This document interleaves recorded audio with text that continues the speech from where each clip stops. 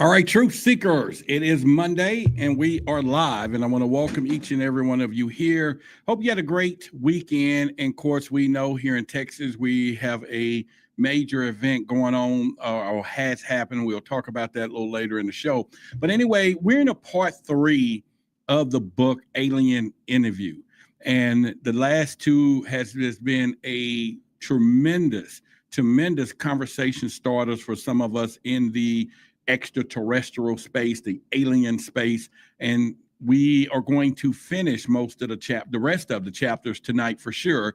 And then we're going to move to another one. I have another book called the Prophecy, whatever. Y'all know my grammar. We'll talk about that tomorrow going on into the week.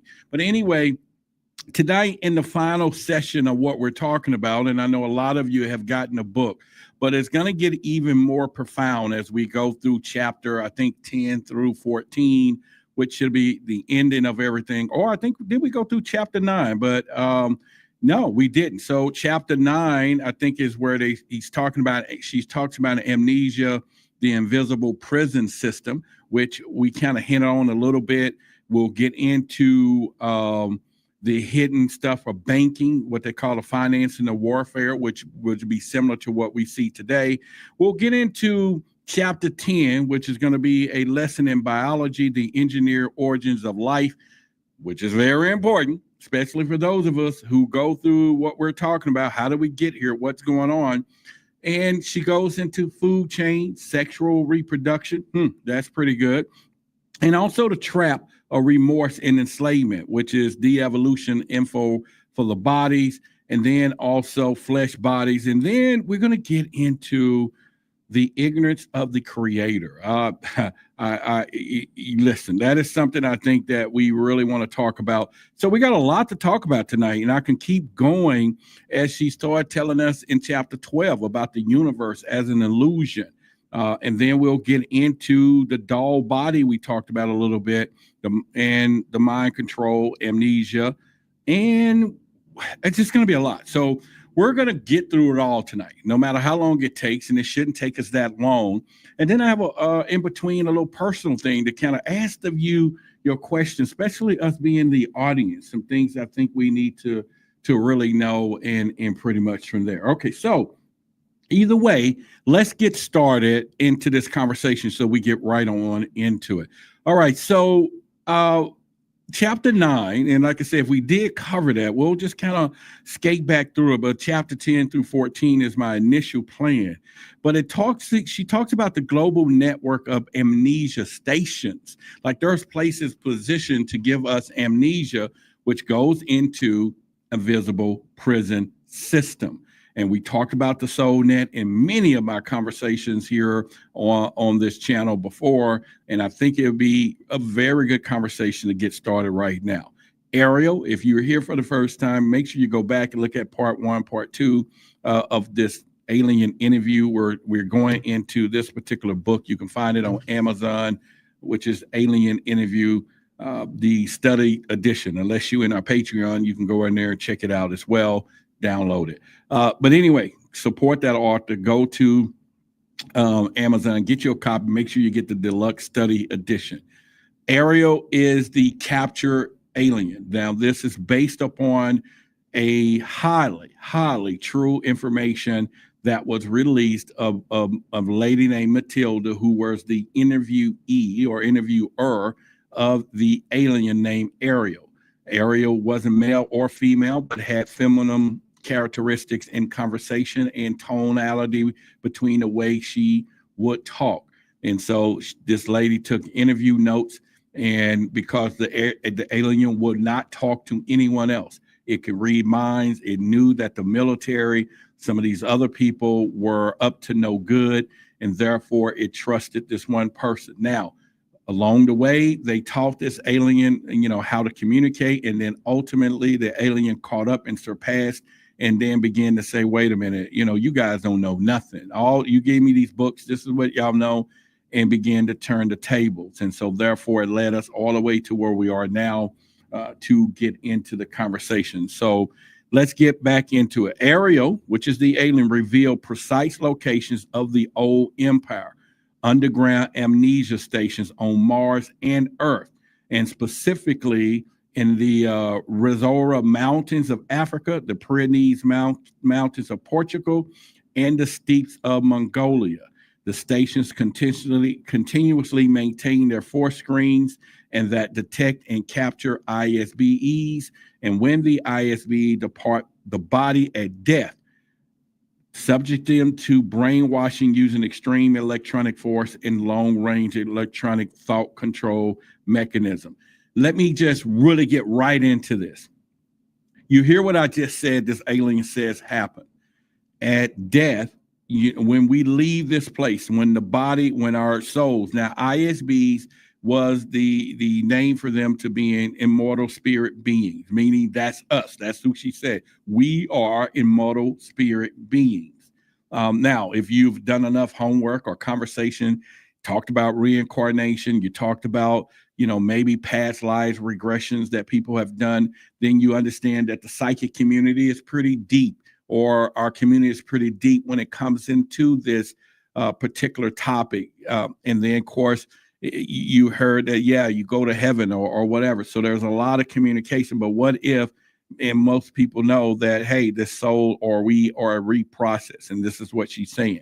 She specifically said, which caught my attention, which is right where we're starting off right here. She says there are stations that are on Mars, a bunch on Earth, that are built here to detect and capture ISBs when ISBs depart the body. We've seen a lot of footage on social media where there's been crashes and people have captured these look like soul things coming out the bodies, going up into air, right?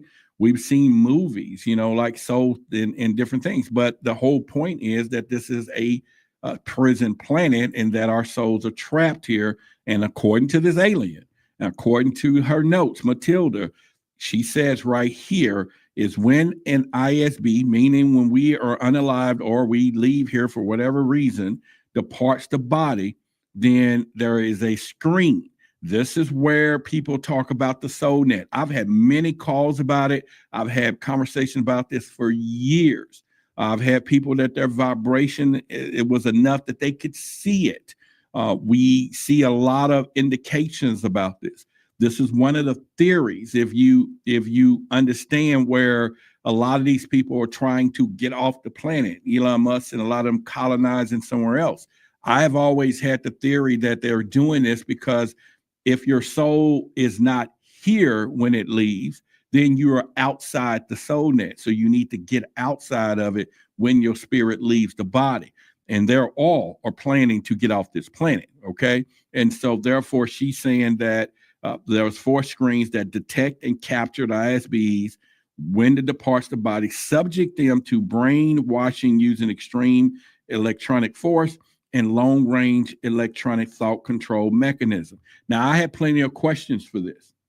I had plenty of questions, and that was, how does knowing the Pacific seemingly mundane locations of these amnesia stations intensify the sense of pervasive invisible prison surrounding Earth? That is worth us thinking about, and pretty much to really put this in perspective of what she's saying. What emotional response does the idea of being electronically captured and brainwashed upon death evoke, and how does this challenge common belief about the afterlife? But there's a lot of people say that we've been reincarnated. There's a lot of people say that we are energetic spirit electrical beings, right? So it makes sense that electronic shock or electronic systems are in place to capture something that is supposedly be our bodies or electronic or electric, or you know what I mean? So it definitely takes us into those conversations. I'll look over here in the chat in a minute. So just know when I'm looking here at the computer, not the computer, but the camera screen, I am just visualizing that I'm talking to you all. And it takes a lot of skill to sit here and just look into space and having a conversation when you don't see anybody. But when you see me look over here, I'll read the chat. So if you got messages or something for me, not that I will say it's necessary, but if you are super chatting your message, they'll get highlighted. Then I can put them on the screen. Otherwise, I would have to keep scrolling, but I only see what I see in real time when I look over here. However, if you say something that's super chatted, then it's another system that'll show, and then I can highlight your message. I'm just saying if you really want something posted for everybody to see. But other than that, do as you do. Okay, I appreciate you being here. Also, if these mechanisms are extremely difficult to attack or attack or destroy or even the domain, what hope does this leave for humanity's liberation? So obviously this is a problem. She was saying the alien or Ariel, we're going to call her Ariel, which is her name. She's saying it's a problem, but I still can't get away from wrapping my head around the fact that this is a prison planet. And, you know, oftentimes people feel like they've been here before. We call it deja vu or any other type of way that we sense this thing that we are all a part of. So I think it's something pretty much to really think about when you look at what is going on here. Someone says, nice hat. Thank you. This is the official Project Black hat. The Black League of Alien Contact Knowledge that we've been putting together for quite some time to do seminars and to bring a voice in the community. This is one of the official seals that's right here. All right, so listen, ancient mythology and religion has deliberate deceptions, is what she said. She meticulously debunked, listen to this, several human historical and religious narratives claiming that the Vedic hymns were a booby trap. She said the Vedic hymns was a booby trap and altered by priests to prevent escape.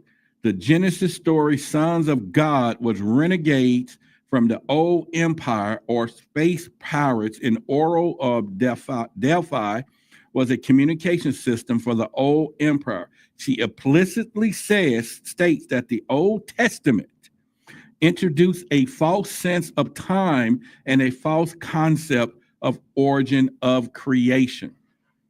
Now, that right there, we can go to a whole nother level on the discussion tonight from that. There's a lot of people, we talk about the religious thing in that, not spiritual, but religion was created at some point as a control mechanism, that the very priesthood or people that in these capacities are not living up to what they say they are. Okay. Now, when we start getting into the other side of things, the satanic side of things, then that's another conversation. But it's also alluded, and I've read it in a lot of different places that I've researched, that even there's people that people think that are mega pastors and preachers, that a lot of these people behind the scenes are satanic people. And the church is the trap. Now, if you think about that and think about what she said, let me correlate both of these together. If you were trying to capture souls, and that's the words, your business to capture souls, then most likely, just like you are going to go fishing for fish, you go to the water to fish. You're not going to go fish for fish in the backyard and there's no water, right? You're not going to go to the grocery. Well, I'm saying if you're fishing for live fish, you're not going to go places except where fish are. So think about where would most likely souls or people that feel that their souls is lost, that they need to rekindle this thing, they need to reshape it, where would they go? Church, more than likely, 100%. And therefore, if that is a trap in some cases, and I'm not saying all of it, okay, but in some cases, that'll be the perfect place to put a mouse trap. Now, true story. I have a deal on the table that I'm working through right now. It's a video deal. There's a new streaming platform that contacted me several months ago, about 2 months ago. We still in negotiation. And they said, Roderick, we want you to take and put some of your videos on our channel, okay? On our streaming platform. They got like $100 million. They're starting this thing, studio in another state that I can come and use, and other people. And it's a great opportunity. And the numbers was just off the chart, right?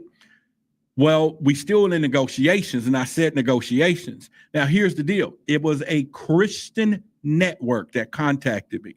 They are a Christian network. All right. So I'm sitting here going, that's not going to work. That's not what I talk about. Obviously, I felt in the meeting, the Zoom meeting, they had no clue of what I did, but I didn't want to reveal to them what I did because I was so interested in the money. And then I was like, yeah, if it's good, I sign this deal. They're stuck. They're going to pay me. So I'm petty about that, right? But then all of a sudden, my I just said, I'm not going to fool with this. Hey guys, I don't talk about church stuff, blah, blah, blah. And you know what they told me? They said, we know that. We've done our research on you. And I was like, my Scooby-Doo, like, and I was like, well, what is it? Well, here's the deal. They said that we are a Christian network. We're not, there's no need for us to spend money on believers that already believe in whatever. They say your content will draw non-believers to our network because it's going to be, great content. And what you talk about, it'd be a perfect match. And I said, well, what do you mean? What do you mean draw non-believers? They said, well, when your content draw non-believers, we're going to run commercials to bring them to the God, to Lord, to God, whatever. We're going to convert them with commercials on your content. And I was like, what? And so, but it hit me. I mean, I studied it. It's a mousetrap, right? And they're like, and they said, there's no need for us to spend money on people that's already converted. That's what they said. And I thought it was first I was like floored. After that, I was like, brilliant, right? It's a brilliant contract. A deal. It's a trap. But so she's saying the same thing here. She just verified that in the opposite sense, that there's church things or hymns and stuff that we're singing, stories in Genesis itself, the sons of God, and we already know the sons of God, where that come from, Nephilims and already, and where that goes. So she talks about that there is a possibility that we've been lied to. Jordan Maxwell, who is I study him. That was one of the things he kept pressing. We have been lied to. He said they got us looking this way when we should be looking that way, or praying that way versus this way. And not that God don't exist. Nobody said that, right? It's just that what they want us to believe in. Now, the Ariel is saying the exact same thing in a more profound way. So she explicitly states that the Old Testament introduces a false sense of time and a false concept of the origin of creation. Now, okay, we can start there and say, let there be light, right? The word is the word, and also let there be Adam and Eve, or in his bones or out of his ribs, whatever. I don't even know. I don't preach, but she came out the ribs or whatever. Whatever. Some of you will contradict that, but you got to remember that is something that we could discuss, and that could be a whole nother conversation down the road, right? And we can get into that. I have Reverend Carter that comes here, my friend, all the time. And of course, he's a pastor in a church, over a church. But he also wrote a book on extraterrestrials and scriptures in the Bible that are extraterrestrial. So he definitely open-minded there. She also talked about the Cyrus the Great, a trap domain officer that was incarnated here on Earth. A deeply personal connection between the domain and Earth history is revealed. The commanding officer of the domain and battalion, who was lost in 5096 BCE, was detected and located and incarnated as Cyrus II of Persia. So she's saying that some of these great leaders were reincarnated, but they came in somewhere else. As Cyrus, this ISB established a highly ethical humanitarian philosophy which pervaded all of Western civilization, building an unprecedented empire with our trapped domain personnel, she said. Now, the question I had was, how did this revelation that is revered historical figure was actually an alien officer blur the lines between human and extraterrestrial history and influence? Then we can get into what does this imply about potential ISBs, which is immortal spirit being, which is us, even with amnesia, to still exert significant positive influence on Earth civilization. Now, also, does it suggest a hidden history of attempts by ISB, both domain and others, to change the course of human events with the prison system? Now, Why wouldn't that happen? We talked about time travelers that come here all the time. We talked about people that come from different places. And people, like I said, this is the Holy Grail of books that we're going over tonight if you're just joining us.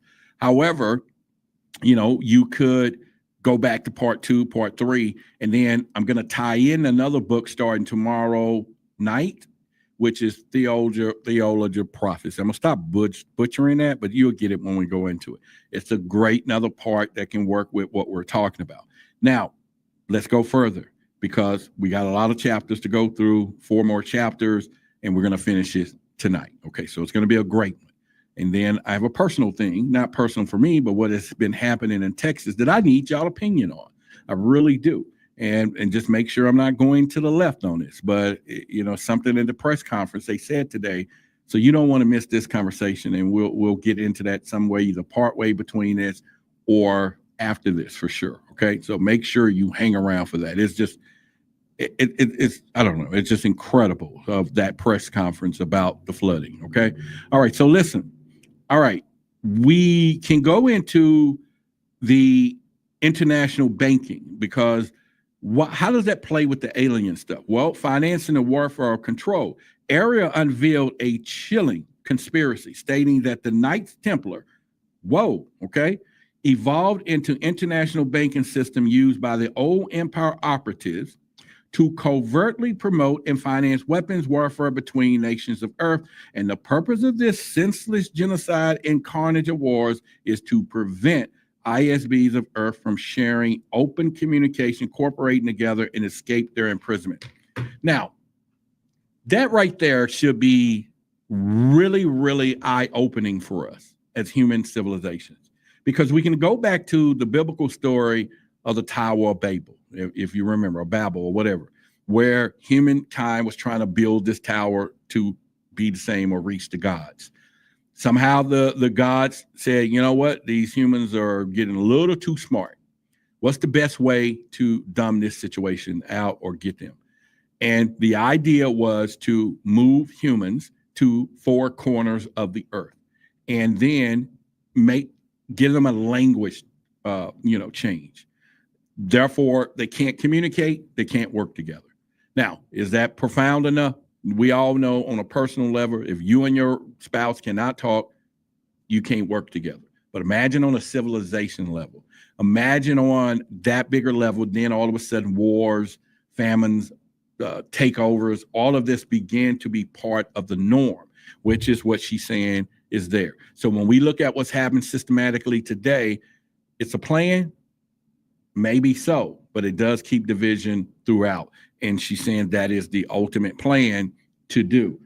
Makes a lot of sense when it comes down to this, pretty much. All right, so also, let's go deeper here. She says that, or my question was, how does this insertion that major historical conflicts deliberately financed and prolonged by hidden forces from control, provoke cynicism and sense of helplessness regarding humans? We already know if warfare is an internal mechanism of control over the inmate population, how does it refrain from motivation behind human conflict or concept of enemy? What is that?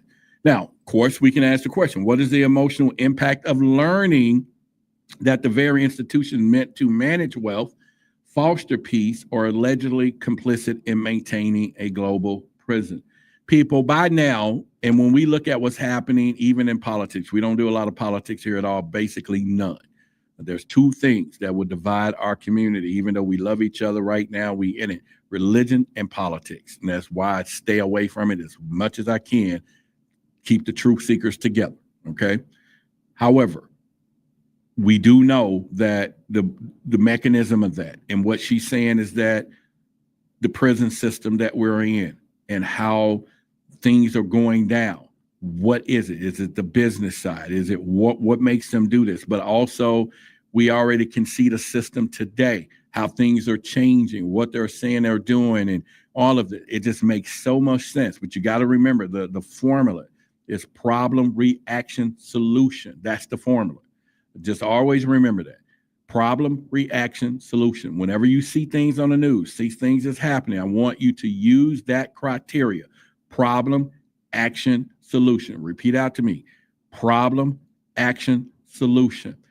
What happens is the people create the problem. That's what they do. These people on top.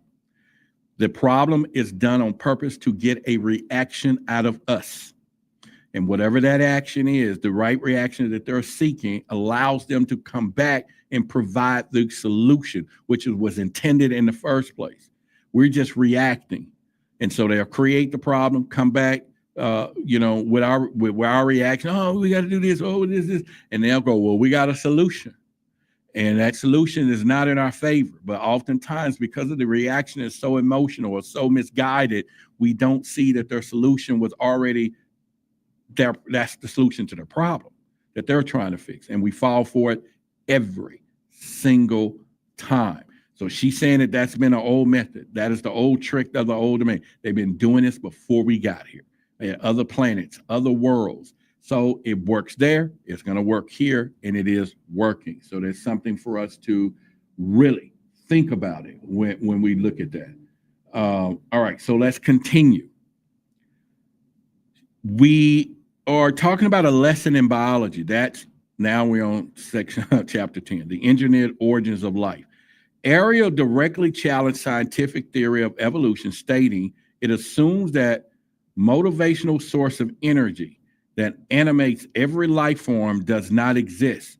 It's nothing more than a hypnotic lie instilled by amnesia operation to prevent your recollection of the true origin of mankind. Instead, she claims that all life forms on this and any other planet in the universe was created by companies like ours, which was hers, referring to biotechnology companies across the galaxy. Now, that kind of twists things up a little bit because obviously they've been here before us because we are a young species, okay?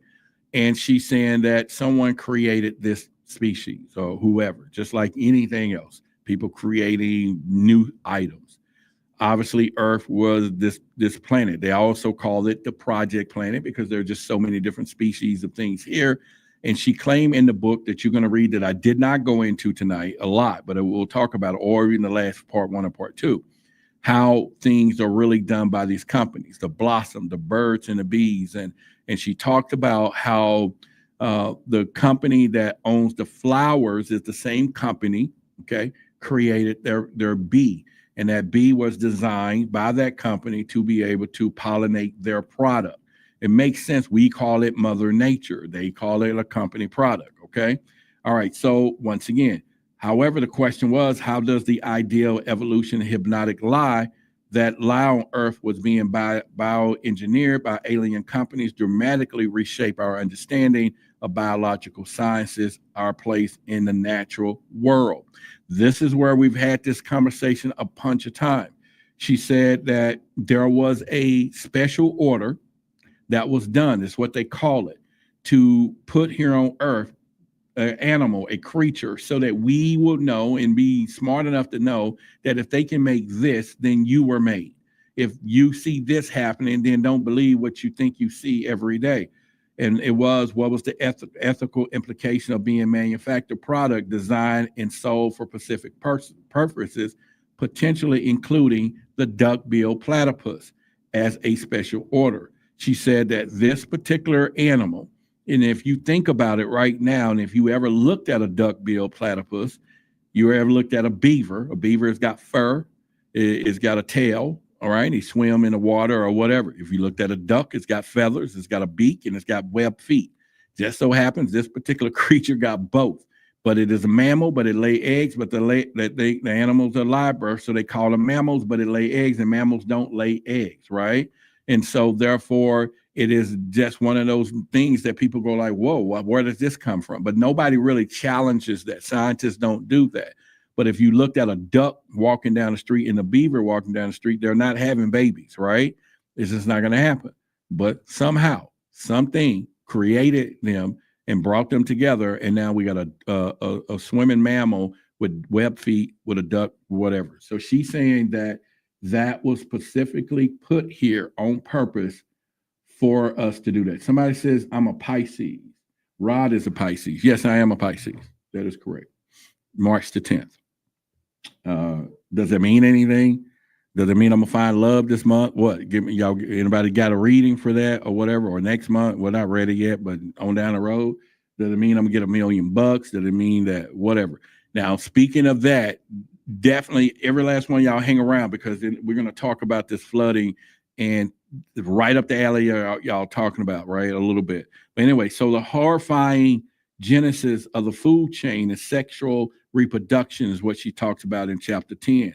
Airl revealed a shocking origin that the food chain and sexual production. She explained that the food chain was contrived billions of years ago by disputing vested interests within biotech industry to create a market for parasites and carnivorous manufactured by a company called Bugs and Blossom. This is who I was just talking about. Subsequently, sexual reproduction was implemented as a solution to replenish consumed life forms, making it an awkward and impractical idea for other companies. You know, when you hear this, it will challenge your understanding of us just breeding and making new Rodericks, right? And whatever, you know, or Rodriguez or Rodriguez if it was a girl, okay? Even though I got 2 daughters, all right? And well, just children, period. Let's go there. When we think about the process of us making children and the reason and to multiply, or we sit here and say we need to build the next generations, the person here says we need to keep the breeding going because blah, blah, blah. Now, the inmates run the prison here. We are overpopulated, they say, or it's billions and billions and billions. But the whole point is, when I was breeding animals at the time, years ago, I kept breeding because I wanted a continuation of not only bloodlines, but to keep them going because I needed to replenish the stock. I was breeding birds, right? Exotic birds, you know, lovebirds and cockatiels, and I had big warehouses. If you don't believe me, and I have never told most of y'all, go to YouTube right now, and there's a YouTube channel called Think Aviculture. I never told y'all, and it's up there. That's my channel. Go look at it, and you're going to see me shipping parrots, big birds everywhere, big warehouse full of birds, room full of exotic birds. This office was full of birds. The warehouse down the street was full of birds. You're going to know my past there. Okay, so it's up right now. It's been there. I never taken it down, but it's called Think Aviculture. You'll see a couple of videos, and I'm training people to, but that was my thing right before the pandemic hit. All right, so so she says that the food chain thing. Now, what was really tripping is what is the emotional impact of learning the fundamental biological process of eating and reproduction, which are often seen as natural or divine, but it was originated from corporate greed and comprised. So what that truly means is this: do we really need food to survive? Do we really need food to survive? And what about that, right? Because the other part of that is, I see a couple of chats. Like I tell you, I can't see them because I'm looking right here. So if y'all, I saw my name, but I haven't really read it yet because the chats are moving. However, if you super chat or something, it's going to stay highlighted. If it's not that important, but it is to you, I understand. I'll have to scroll and look and just catch it. But if I miss somebody specifically asking me something such as, have you read the Lacerate Files interview with a reptilian? You know, I haven't. Email it to me. contact@whythebigsecret.com. If you got them, I need to read that for sure. Please do read it. All right. So yeah, make sure y'all like the video. Okay. All right. So as we continue, how does the concept of sexual anesthetic pain, electronic wave as most effective trapping device for ISBs into the flesh bodies, create a profound sense of horror and manipulation?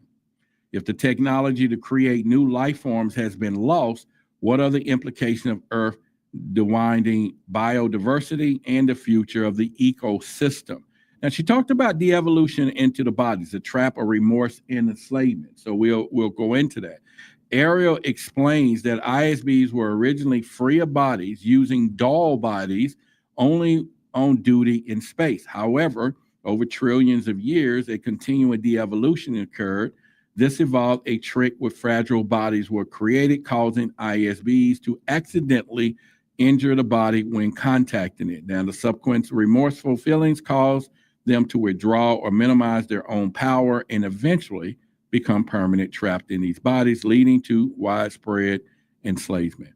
So once again, we are spirit bodies, is what she's saying. We are spirit bodies, all of us. How do we make sure, being spirit bodies, that we do that? If you remember in part 2, she talked about we have to put ourselves above the body. We have to mentally or spiritually or meditatively take ourselves above the bodies. This is a dull body, which, okay, finally, we know it makes sense that this happens. But at the end of the day, now, what would that do, though? What would that change if people knew that there was an afterlife, right? Not the heaven and hell that we think about, but just the fact that you're going to come back. And how do you do that? How do you try to make sure you come back in that lineage or whatever, or the experience? Now, it is said, whatever life that you're living right now, that we chose this particular experience. We all did. And I'm saying, did I? Okay, so obviously, mostly, I probably did. All right, so the universal class system, flesh bodies at the bottom. Airl described very highly regimented and fixed hierarchy or class systems among ISBs across the old empire and the domain. This system dictates body types and functions based on rank, with free ISBs at the top, followed by limited ISBs, dull body classes like Ariel, soldiers, and finally the lowest class limited to the flesh bodies. The flesh bodies are deemed far fragile and utterly useless for military duty. Now, when I first read this part, and when you get into the book, you're going to also talk about how she says priests, pastors, a lot of these people are put here because they're in prison. And it's hard for me to think about at the time when I used to go to this big church here in Dallas. You all know where it is. And that the person in front of this church is really in prison. He's an inmate, but he just found himself to be on top of the inmates. And I was blown away. Like I said, this whole book thing was really good. But here, like she says, that there is a hierarchy of systems. So listen to where we all fall in, where we are. Now, don't get this alarm, because we have all heard that we need to come here and do better things so that our souls ascend to a better place, where we begin to ascend, meaning our souls elevate. So she is saying, okay, that there's a class system. Now, we know there's a class system here as well. And she's saying that the system dictates the body type and function based on rank, with free ISBs and, immortal soul beings at the top. Now, remember, this is a prison planet, so you can't evaluate that people are at the top of the food chain here or free or depart. That's not it. Everybody in here, regardless who they are, is part of the prison planet, okay? She said, followed by limited ISBs with dull bodies, classes like her, she says, which is the Greys. Remember, they said they're mechanical suits. Soldiers. And finally, the lowest class limited to flesh bodies. What do we have? Flesh bodies. She is saying that, and I'm not talking about anybody individually, okay? We're expanding our knowledge and thought, and we're opening our mind. My hopes is that you just listen to some of the things we're saying with an open mind for us to investigate thoroughly or to entertain ourselves. But she says that the flesh bodies are deemed far too fragile and utterly useless for military duty. Okay, that's fine. We know that. We know that our bodies are easily destroyed. We know that there's things that break bones or skin and all of that can cause. So she's saying exactly what we are today. But it goes back to where the class system makes us understand who and what we are. but most people say this is just a fleshy body. So it's not like the teachings out there is not teaching us that we're just a body and flesh, that we can move to other things. It's not like that doesn't exist, right? So those are things that we can think about. But how does the revelation of universal class system with human flesh bodies at the very bottom challenge human notions of equality and self-worth? And now, again, you're worth $1 million, all of you. And well, you're worth love. Okay, we're not going to put money on it because the money is just whatever. So we're not saying we are not worth who we are, but that doesn't mean that we don't transcend to better things and get ourselves into better scenarios. So that's something I think that we could consider to think about. Now, other question was, what if the implication of human aspiration potential is their current form in considered fragile and useless for how it functions? And if that's the case, if ISBs who inhabit flesh bodies have lost much of their native ability and power. So if ISBs, which is immortal spirit beings, who inhabit flesh bodies like we do, or we have lost much of their native ability and power, what hope is there for individuals to transcend their current limitations and move up this universal hierarchy? It's worth for us to look at. We're not going to get into that part, but it's very into that situation to see, because you hear that all the time. And I've said it on 3 occasions and 3 different psychics, and people have told me where you've done what you need to do here. You're on your last time here. This is your last time. And like I said, the first time I heard it, whatever. Second time, like, oh. Third time, like, what? And so I can't tell you what that means. I don't know. It's just whatever they said, right? And they were psychic or whatever, which going to tie into what we got to talk about, what's happening in Texas. And so we have to go there. All right. But it makes sense to me at some point. I don't have any 3rd generation heirs. My daughters, I don't have any grandkids or anything. And one of them don't want kids, period. And the other one not having kids. And so therefore, does it stop? Unless I make some new babies. And I'm still breedable, right? I can still do this. So unless I make some new babies, then and continue the lineage. And I'm considering. You're right. All right. So listen, let's continue. All right. So that rules out a lot of people, right? Some of you might say, well, I'll date you, right? Well, okay. Can you make some new babies? And we're talking bloodline babies, not adopting. I got a cat. I got a dog. I got a dog in there. And so, and that's my guy. All right. So now the next part was, I know I took a detour. Don't beat me up for that. Now we're going to talk about the ignorance of the creator, or we went into that. All right. So let's go into the prison dogma, science. Somebody talk about that's right. Laughing like it's heavy. Can we please not come back here physically again? Oh yeah, right. Talk about you being a father at that age, that would be tough. Yeah. And it'll probably be bad for the kid too, right? Get to know their dad and stuff. Yeah. All right. But however, if I'm gonna come back, I'll come back. All right. So now the Ariel painted a stark picture of human electrical spiritual entrapment, she said. She said, listen to this. Science is the religion of matter. It worships matter. She says, you remember we talked about how hard it is for the scientific people to understand the difference in the stuff that what they do and talk about, and the difference between science and then, of course, this extraterrestrial thing. Now, listen, she said that science is the religion of matter, and it worships matter. Why religion says the creator is all and the creation is nothing. She concluded that these 2 extremes are the bars of a prison cell. Let me repeat that for all of us. She says that science is the religion of matter. So we know that all scientific said things, form with matter, the atom and all of this stuff. That's all they talk about.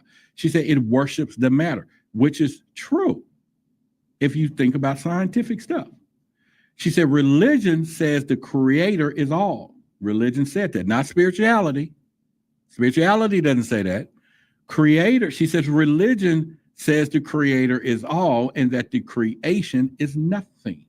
She concluded to say that these two extremes are the bars of the prison cell. They prevent observation of all phenomenon as an interactive whole. This suggests that both dominant belief systems on Earth serve to obscure the truth of immortal spirit being. Man, this is deep. This is really deep, right? If you think about that, and like I said, a lot of people probably couldn't handle that kind of stuff, right? But it gets deep, at least to contemplate it, okay? At least to investigate it a little bit, to think about it a little bit. It's worth that, to really think about where things are going when it comes to this. Now, the question is, how does the concept of science and religion forming the bars of the prisons challenge deeply ingrained societal structures and individual worldviews? That would be really hard to do. It really would. It really would be hard to do when you start looking at what's going on and how things are pretty much looked at. All right. If the vested interest of the old empire prison system is to prevent you from looking at your own soul, how are these dogma extreme designed to achieve their specific goal? So what is the emotional toll of realizing that even the pursuit of knowledge or faith can be a form of self-entrapment, preventing true self-realization? Now, I'm going to read that again as a question, something for you to reflect on, so we all can reflect on. But what is the emotional toll of realizing that even the pursuit of knowledge or faith can be a form of self-entrapment, preventing true self-realization? That is something just to think about, or when you do that. Now, she said that the genius as remembered knowledge, hope for self-discovery.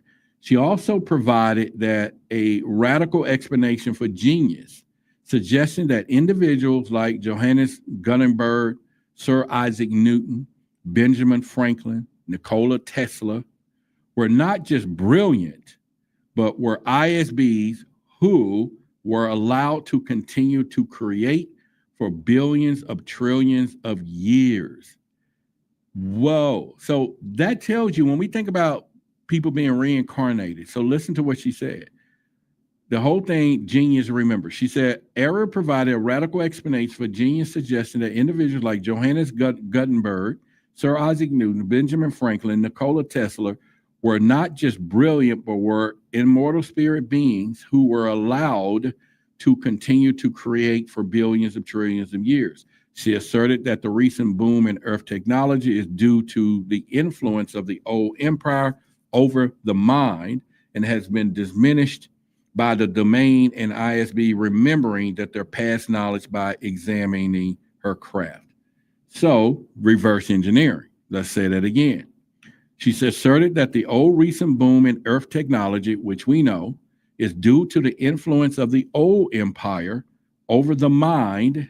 Remember, I already said the mind is useless when your eyes are useless when the mind is blind, has been diminished by the domain, the current thing, and is ISB remembering their past knowledge by examining her craft. So obviously, when the brain is washed, you don't remember, is what she's saying. And this makes a lot of sense. So she's saying that by a lot of them looking at the spacecraft, it actually made their memory come back. Some of the smart people. So when some of these smart people see, these geniuses see things that they began to remember, and it's how they began to flow or whatever. So maybe that deja vu, I don't know, but it's kind of interesting what she says when we talk about that. All right, so how does this redefinition of genius remember knowledge from past lives or forgotten abilities of a new profound source of hope for humanity's potential? And what if the implication for education and personal development, innate talent, is actually a suppressed memory waiting to be jogged? So think about what she just said there. Do you remember how we hear stories of little kids that can play Beethoven at 3 years old, or people that are remembering things that they just don't know? She's saying that obviously that this contact with or the alignment with something that they've already done. In other words, this rare chance that all of a sudden this little kid is put in front of a piano and all of a sudden the kid remembers how to play the piano. And we've heard stories like this constantly, right? That people they don't know where they remember how to play. They just remember they can play, or some type of talent that they had. They don't know where it came from. It was there.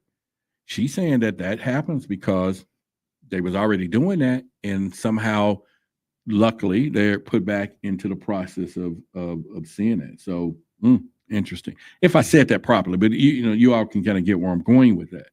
Now, once again, how does the vast technology gap between Earth and the domain evidenced by the unique metals in ISB Pacific navigation systems highlighted humanity's profound limitation with wider universe? It makes perfect sense when we talk about reverse engineering all these spacecrafts, all these things that we have in technology, Velcro or whatever, these things that just popped up, and the advancements that we advanced in the last 100 years has just been incredible. But it all did start once we began to reverse engineer crash crafts, right? In the 40s on up. Prior to that, we didn't do that. Airplanes was flying, but they wasn't jets and disappearing in the skies and all this stuff. And all of a sudden now we have stealth fighters, bombers, and equipment and ray guns and anti-gravity devices and machines, things that are profound that are out there. So that it makes sense that those are things that have been happening and when we do that. Gutenberg of the printing press. All right, Gutenberg. Yeah, probably so, Monica, because that's the same spelling right here. So I would probably assume, yeah, Gutenberg. Yeah, okay. There you go. All right, so Ariel's decision to provide this information, though not a part of my mission order, she said, suggests a personal ethical stance. And what does that reveal about the individual spirit beyond her duty as a domain officer? So she said some stuff there. Now, we're getting into chapter 12, and like I said, we got 13 and 14, so this is getting really good. Architects of reality, universe as an illusion. Ooh, who talks about that all the time? That this is just an illusion. David Icke talks about it. He talks about this holographic illusion. Some people call it the Matrix. Some people call it the whatever, but she talks about it. So Ariel fundamentally redefined existence, stating that ISBs, the source and creations of illusions. We are the source and creation of illusions, capable of creating space by imagining a location. Whoo-wee. All right, so what does that tell us? We may use the word manifest. We may use other stuff. But she is saying that ISBEs, which is us, immortal spirit beings, or ARE, not OR, are the source and creators of illusions. How many people have said that? I've said it before, that this whole thing is in the mind of God, right? And I'm not saying that there's some proof of that, but that's just been my thoughts all the time. But how many say that you can create your own reality? How many of us believe that? And even myself believe it, but sometimes it's a challenged thought. Sometimes you don't or you do. But how many people truly believe? And if you did, would you be living differently where you are today? Don't say you do and you like exactly where you are. Because if you do, you may not be where you are. Because you can create something totally different. She's saying that, I'll repeat, that ISBEs we are the source and creators of illusions. It's in our own mind. So am I a big guy because it's an illusion? Or do you see a big guy? Tell me. How many of you see a thin guy right here? How many, this is not an ogre, you know what I'm saying? Trek, you know what I'm saying? What do you see? A handsome dude, right? Is it an illusion? Or could I be a little skinny guy? You know what I'm saying? Maybe.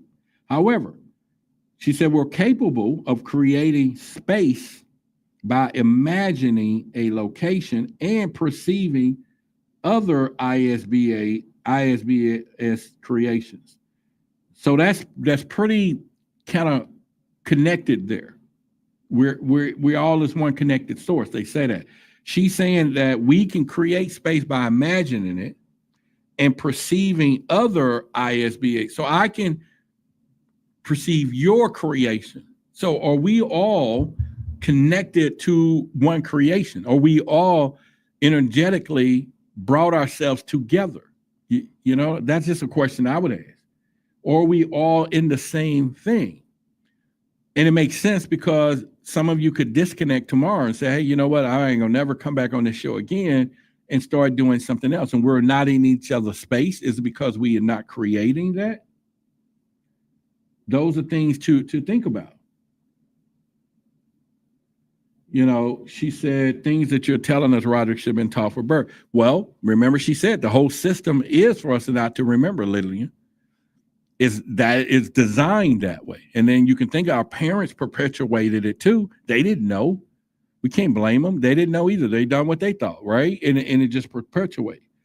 But what do we do if we know it now? Could we all together close our eyes right now and collectively, of course, it would take incredible strength for all of us to work together as one, because somebody gonna want something else, somebody gonna think of something else, and probably that's why we can't do it. But they did say back in the day that they can concentrate and move rocks with their mind. They can heal bodies in a circle. They all just concentrate on that body being healed. It is just a flesh system, a dull body, after all, she says. And the mind is powerful. It's worth us thinking about. But here's more. To achieve this, ISBAs, us, diminish their ability in order to have a game to play, willing to endure pain, suffering, stupidity, privation, and all manner of unnecessary and undesirable conditions just to play the game. Dang. Whoa. Man, I must have forgot this too, because there's more that I'm fit to read now that just throw this whole thing, and it's sad enough, but it's also enlightening enough. She said, we're playing a game. How many times have you personally, and just like myself, you think about this game of life, right? You think about this game of life. You get what I'm saying?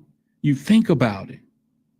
And she's saying that this is a game that we're playing, that we are willing to endure pain, suffering, and stupidity and privation, all in a manner of unnecessary and undesirable conditions, and just to play the game. So now, when you think about that, it makes sense, because remember I made this profound thing to y'all last week that I'm doing something extreme. I want to change this infinite reality. We all are infinite consciousness and reality. I've learned this recently in some study, and I said, okay, I'm going to change it.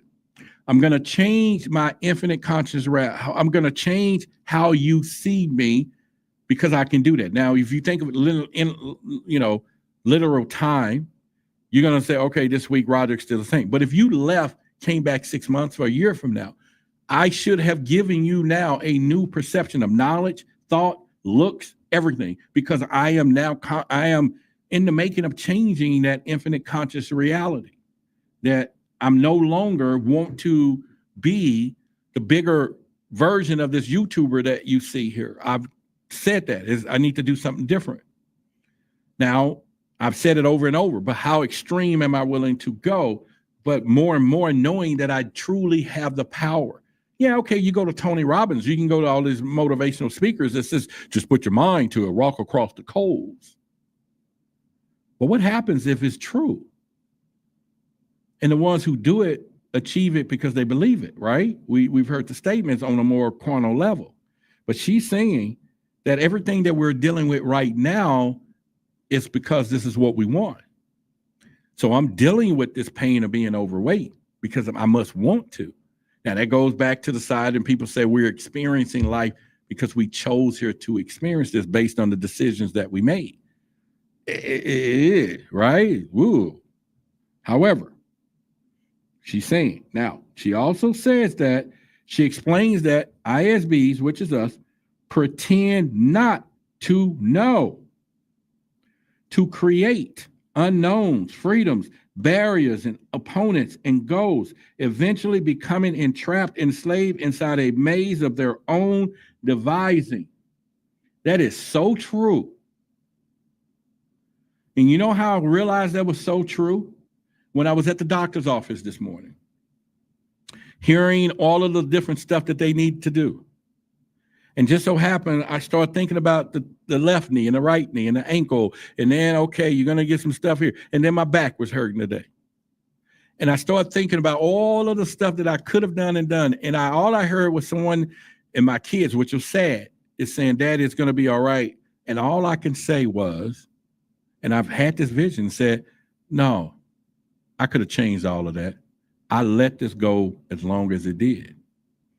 I done this to myself. Nobody did this. Nobody ate that. Nobody put that in my mouth.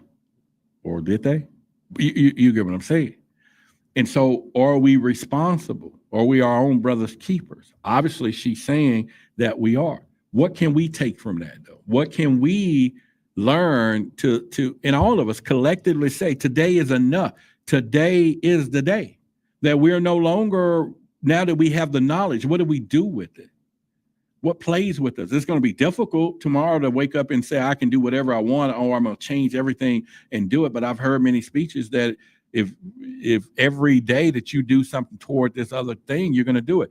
The extreme thing that I was just learning right here, it says, if I do this extreme stuff for 6 months, I will become unrecognizable. It's right here. I'm studying it, right?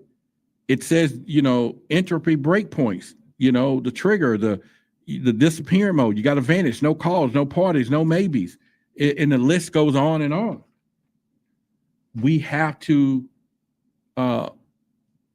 make it happen, is all I'm going to say. However, she also says that, and the question was, what is profound, almost tragic, is the irony of infinite all-power beings willing, creating conditions of pain and suffering and ignorance and escape from boredom. I've been toying with this every day. And the more I read stuff like this, the more I start learning, it gets tougher and tougher because it's like, it's true. You might want to just change everything at once, but maybe we're big ships and we can just change the course a little bit. So I'm going to test that theory. I'm going to be accountable and say a year from now, you should see something totally different out of me. Not only from everything, all over, all aspects, right? And so that is the goal. But should that be all of our goal? Learning that we do truly have the power. Now, okay, I'm 25 times 2 plus 2 plus 3, So that changes things? No. Do I got time? Yeah, I do. Should I have learned this when I was 20? Yeah. Or 10? Probably. Maybe I was told, I didn't listen. But wisdom now tells a totally different story. So that let's just do it, when we go through it. But like I say, I'm working on it every day. So you're going to bear witness to it. As long as, I can keep you here and do the right thing for you, you'll come. You're going to bear witness to it all. All right. So we got 2 more chapters, and then I want to talk about something really profound to get your opinion on. And you want to stick around for this because it's true. And it affects us all. And I really need y'all to go deep on what we're going to talk about after these 2 chapters. It's hard for it's going to touch your heart, but it's going to touch your mind too about the flooding. Okay. All right. So listen. In the 13th chapter, which is a lesson in the future, she says, Ariel, an abandonment of her dull body, a statement of detachment. She was like, okay, I'm going to get out of this thing. Ariel explicitly announced her impending departure from Earth, stating, I will depart as an ISB from Earth within the next 24 hours. She told them she's going to go. She told them she's getting ready to go. Now, here's a story. My uncle was in the nursing home, and that's where he transitioned. But I remember the nurse telling us a story that she was washing him or did something, and she said, "I'll be right back." She said explicitly, he said, "No, don't worry about it. They're on their way to get me." And when she left and came back, he was gone. Is that any truth in that? My other uncle, I remember before he left, he said some of the same stuff. And within 2 hours, he was gone. Is it true? Can they see it? Is it something? But however, she announced that she was leaving. She said to them, "I will depart as an ISB from Earth within the next 24 hours. She further clarified that she will leave her dull body behind as it was damaged beyond repair, and she had no further use for it, nor does she have any personal feelings or attachment to it, as others are readily available to her. This demonstrates her profound detachment to physical form." So she was like, "Hey, you know what? So we know we got one body. Take care of it. Or should we not fear leaving? Should we now rejoice the rest of our lives?" And we change the thought process. Work very hard to change it and stop living the painful life if some of us are. I'm not saying you are. Some of you got beautiful lives right now. I'm saying I want to change a lot about my life, okay? A lot. However, there may be some of you life is picture perfect, or you may want to, but do we spend the rest of our lives changing something that we can change? Or, like she just said, "Hey, I'm gone. I'm leaving." In fact, it's destroyed now. It's the body is depleted. It's don't work. It's broken, and I'm going to get out of here. And there's plenty more waiting. What if we thought about that? What if we thought about that? We do have the ability. Will we not worry so much today? Right? Would we not? So I remember.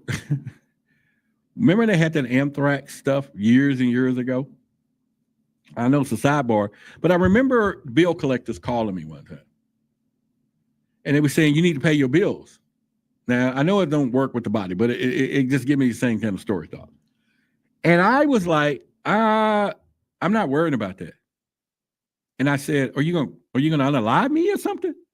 And when they said no, they like, "We ain't gonna, take you out, for this. Where you get that from? Are you stupid?" This is what the bill collector said. But it changed everything when I said that. I'm like, so what's the threat? And then she's like, "Well, we sent you plenty of things in the mail." So then I came back with my joke and I said, "You sent it in the mail?" "Yeah, I sent it in the mail." "You sent me the bill in the mail?" "Yeah, I sent you in the mail." I said, "Who's opening mail with anthrax?"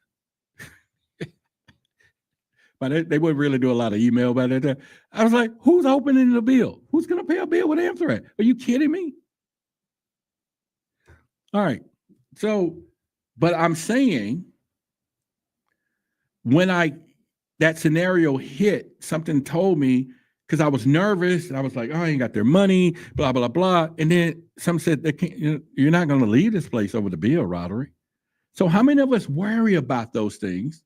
But I'm not saying not to take care of them, but to a point that some people take themselves out over life situations. Some people feel it's the end. I can't live like this statements, right? When she's saying, "Well, that's nothing." But how many people would do things knowing that they got a new body waiting on them? How many would carelessly do adventurous things when they know they got a new one?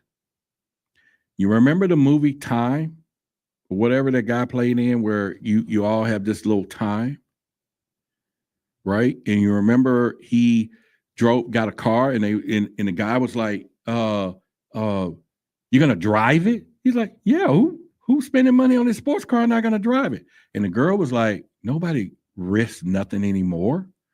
Who's gonna risk life when all you got left is time?"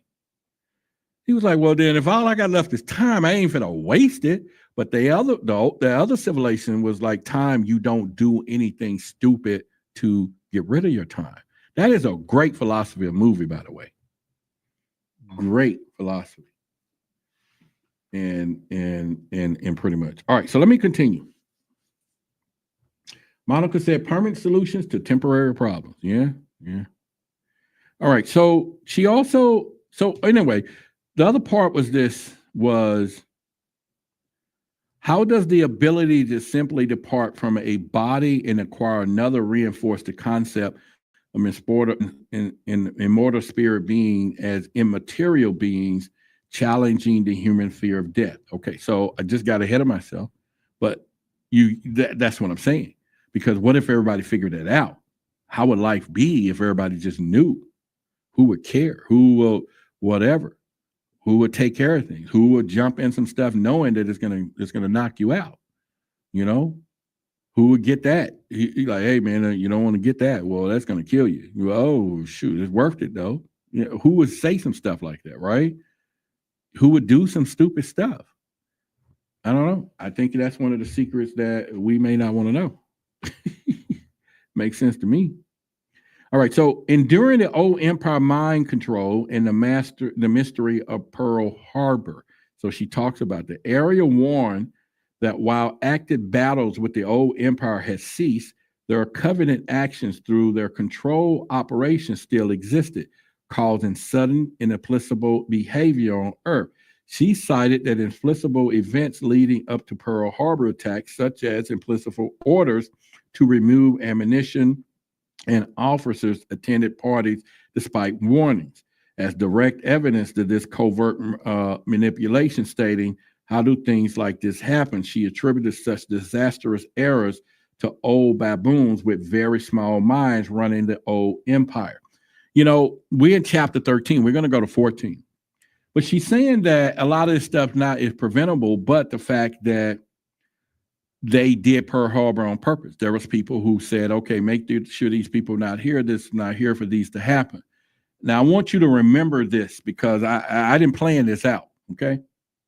But this is going to segue, not this, but we're going to go into chapter 14, but it's going to segue into the emotional conversation we're about to have. I call it emotional, about this thing in Texas that I want to show you. However, anyway, it's a conspiracy thought, okay? That's all. We're going to get to that. All right, so she talked about humanities. We're still in chapter 13, and we're going to go to 14, and 14 is the ending of the book, or the ending of where we're going. Humanity's internal imprisonment, the cycle of amnesia and rebirth. Ariel conveyed that the grim reality is that ISBs on Earth, which is us, are here forever. And until they can break the amnesia cycle and conquer the electronic traps set up by their captors and free themselves. She stressed that humans continue to live a series of consecutive lives over and over and over, and beginning each life in pain, misery, and mystery without remembering the past. That would hurt. Reading that hurt. Because it feels like it's true, doesn't it? It feels like it's true. And we're not talking about somebody just writing some, nonfiction book here, okay? We're talking about an actual event that occurred and a spirit being from somewhere else telling us about us. And remember, at the very beginning, she said what she was shocked about, Ariel, was the things that we did know and things that we wouldn't know. And when she figured that out, she then treated us totally different, because she's like, they don't know nothing. They don't know nothing. Right? And like I said, it shocked me. It really emotionally shocked me. And I'm going to read it again. She said, if ISBs on Earth, let me back up. Let me back up, because that was even deeper. Oh, yeah, these next few things are going to be deep here. She stressed and continued to say, she said that humans, which is us, continue to live a series of consecutive lives over, and over. And it makes sense when someone said, this is your last time here, like I've been here over and over and over. And like I said, when the generational things, like I'll probably be forgotten unless my books and all that, biokarmal immortality happens. You read about me in books or other stuff, or this YouTube channel stays up forever, right? Whatever. Somebody don't know how I thought when I'm not here. However, she says over and over and over, beginning each life in pain. Okay. Do we talk about a mother having birth? Is that something that happens? Or the baby comes in this world crying? Is that pain? Just coming into the world in misery and mystery and without memory of the past. The question is a profound emotional weight of realizing that the human reincarnation is not a spiritual journey, but a forced cycle of imprisonment designed to perpetuate suffering and ignorance. That's where it gets a little emotional. Not scary, but emotional. Is that what's happening? Is that something that now, if you get any value out this video, we got almost 200 people in here. Please, let's hit that like button. Let me see where we are. Hit the like button so that we know what we got going on here, okay? We ain't even got 100 likes, all right? Help me out here. Let's go. All right, so it doesn't cost anything to like the button. That was sad enough. The other part was that how does the redefined human concept of destiny or fate, if individuals are perpetuating and recycled through amnesia, stripped of their true identity and history? And if any of these ISBEs, which is us, in more spirit bodies, have only been on Earth for a few hundred years, what does that imply about the potential to remember lives of other planets and diversity of experience within the prison? In other words, we've been on other planets. We got trapped here. This is what you're going to learn in the book that we're going to go through in the next 2 days, 3 days. And I'm going to actually get one of the person who put together and get him on here. I got contact with this person. One of he's not the author, but he's put out the manuscript. So I have contact with him. And he's a deep person. He's a Chinese dude. He's deep. So I'm going to reach out to him tomorrow to get him here by the end of the week, by the time we get to the final chapters. Okay. So, but anyway, if you think about it, she says that how does this redefined human concept, destiny, fate, strips us of the identity? And if we only been on Earth for a few hundred years, and I read that, why can't we remember we've been in this prison? That's something. Now, she said it's an inside job. Humanity's soul to path to freedom. And we're going to get in this, and then we'll get into chapter 14, and we'll be done, and then we'll go through this emotional thing. All right. All right. So she says that, and hopefully, like I said, you get any value out of this show tonight. You can go there. All right. So she said it's an inside job. She said the domain, Ariel delivered a critical message before she left. She said the domain cannot launch a full rescue mission due to resource constraints and other primary missions. Instead, she stated, if ISBAs on Earth are to continue to, or going to escape from this prison, it would have to be an inside job. So speak, the inmates would have to figure out how to get themselves out. See, I've always said that. I always said that those elites know something we don't know. That's why they do different rituals. That's why they do different stuff. They know something we don't know. And like I said, Jordan Maxwell talks about it. He talks about it constantly. And I believe him. I believe him when he says what I'm about to play right now. Live in peace and harmony. I think we're being set up for something very serious and very big by some very powerful secret societies that very well could have extraterrestrial or otherworld intelligence guiding it. I am very fearful for the world we live in because we bought it hook, line, and sinker, and all over the world we have accepted the authority as truth rather than truth as the authority. It is now, so I just cut that right there. But you get what he's saying. We bought something hook, line, and sinker. She's been saying this through the whole book. Could you imagine why this book was one of the best kept secrets out there?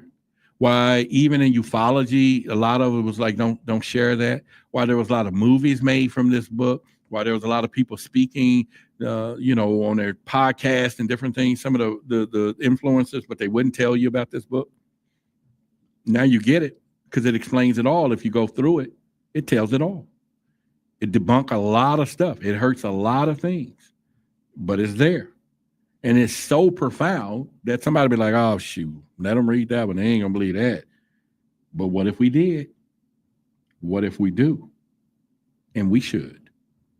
All right, so to continue, that they're saying that this is an inside job, mandate the shift in narrative from passive victimhood to actively responsible. So we need to figure it out. In other words, there are some primary objectives say, don't tell these humans, they need to figure it out. But some people got it figured out. They already know, folks. Some people know that they're coming back too. Some people doing things and coming back and coming back. We've seen all these little fake doppelganger pictures where somebody looks like somebody 100 years ago or 20 years ago. It looks just like a spitting image of this person. And some of these pictures are real as they get. But we don't think about that. Some people got children that tell you they don't want to be here. They've been here before, blah, blah, blah. And some of you are raising your daughters who you were probably their daughter in past lives. It's just the experience. I don't know, right? I don't know, but you get what I'm saying. Parallel universes. There's just so many awkward things about this. So as we go into chapter 14, and we're going to go through the facts of the defiant part and a challenge to authority and integrity, Ariel adamantly refused to sign the transcripts. I don't know why would they wanted to do that. Questioning the very premise of the military demand. If your commander does not trust this whole staff to make an honest and accurate report to him, what confidence would my signature on the page give him? And why will he trust an ink mark on the page made by an officer of the domain if he does not trust his own loyal staff? This is what she said. Because they were trying to get her to sign something. I don't know why. And she's like, wait a minute. And other people were saying, you got to sign this for me. My boss wants you to sign this so that, or the president know that this was true because he's not going to believe us. And she said, well, what are you talking about? What do you mean? You need me to sign this so that you can go back to your boss to prove that what I told you, because he don't believe you. And you remember I said this a long time ago that I discovered I believe you believe. Remember I said that? And I did this at a speech and people were crying. 900 people there stood up and gave me a standing ovation. And it was a beautiful moment because I said out of the 400 interviews, I started learning that people just want people to believe them or to believe in them. And I said, if everybody began to understand this one thing, I believe you believe, it'll be a powerful situation. And basically what I'm saying is if Lillian came to me and said, Roderick, there is a leprechaun behind the dumpster. And I'll be like, do you see it? I'm like, no. You see the rainbow? There's a leprechaun behind that dumpster. And I know he may have got a pot of gold or just a leprechaun. Now, two things happen. Some people are going to say, Lillian, no, I ain't buying that. And she wants me to say, I believe you, but I got to be honest because I don't see it. But what I will be honest and say, okay, Lillian, look, I believe you believe there's a leprechaun behind there. And for that reason, because I got you, let's go. And that's how I started my whole career. Because I didn't believe a lot of the stories, but I believed they believed it. And it was enough for me to investigate. It was enough for me to start it. And it turned out that some of that stuff was absolutely true. But I wouldn't have done it if I just didn't trust the person. So she said, if your commander does not trust his own staff to make an honest, accurate report to him, what confidence would it make my signature on a page to give him? And why would he trust an ink mark on a page made by an officer of the domain if he don't even trust his own lawyer staff? This act of defiance publicly undermines the military authority system and exposes their lack of trust in their own personnel, creating a powerful moment of conflict. She did that on purpose. It was my logic is undeniable. You know what I'm saying? She hit it right there when she said that. It was pretty profound. Then they talked about it, the desperate act of aggression and misunderstanding. Yeah. Okay. So immediately following Airl's refusal to sign, the military reacted with a shocking brutality. 5 armed MPs, Dr. Wilcox, rushed in, restraining Ariel and administering a series of mind electronic shocks on her and on the order of the magnitude of billions of votes, attempting to subdue her and prevent her departure. Matilda, held by MPs was terrified and transfixed and believed they had killed her. Now you see why we get abducted. You see why they probe and poke. Only because she decided that she didn't want to sign something. I've been here. Y'all got me here. Only because she said, I'm leaving in 24 hours. I'm letting you know when I'm leaving. I'm done here with y'all. And they come in and shock this alien, extraterrestrial, to force whatever they was trying. And you're not going to leave. Now you're going to shock me and you then think, and I do have the ability to leave and you think. Now we understand in relationships, trauma-based keep a lot of people there. You get what I'm saying? It's just weird how they would think that.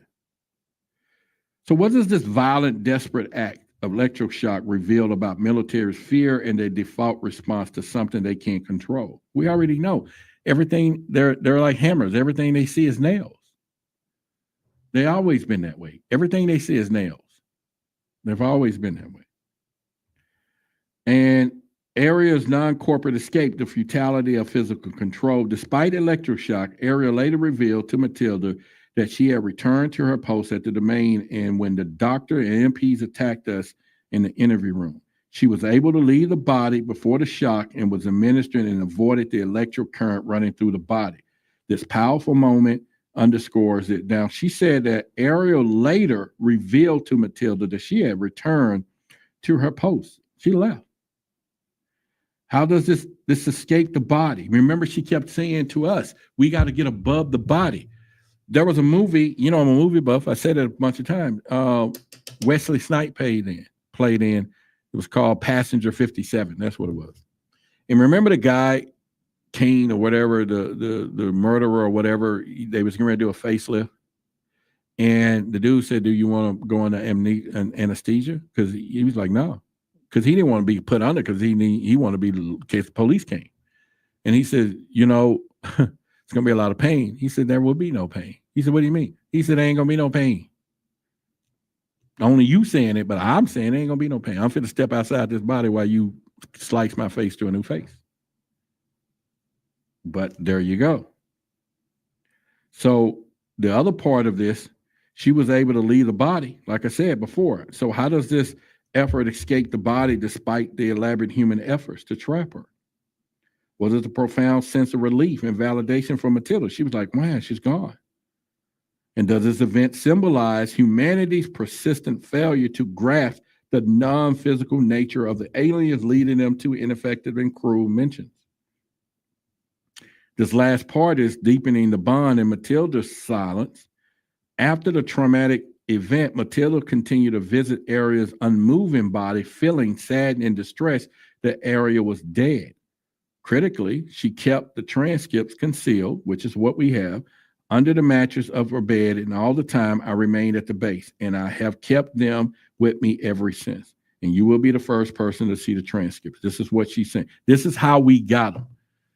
She snuck her copy of the transcripts and sent them to the guy, and after she passed on, he published them. This is where we are with this. So this chapter is a microcosm of the larger conflict in this book that I've been going through. A lot of this stuff, I just wanted to kind of share that with you. It is an emotional, but what I call the holy grail of books. And I think it's something that everybody should go through. And I think there's a lot of more things that we're going to go through, some books and things over this next month or two. We're going to keep going through. Because remember, we was doing a book club a long time ago. But I think now is the time to reveal some of this stuff to you as an audience and just bring you along, have discussions. Because these open discussions are really good. If you enjoy this, let me know, because we've done these and I've been getting some great comments and stuff, and I enjoy doing it with you. And in bringing things that you haven't seen or known or heard about, but give you things to read, to see, to open your mind, to get you to open the curiosity of things, okay?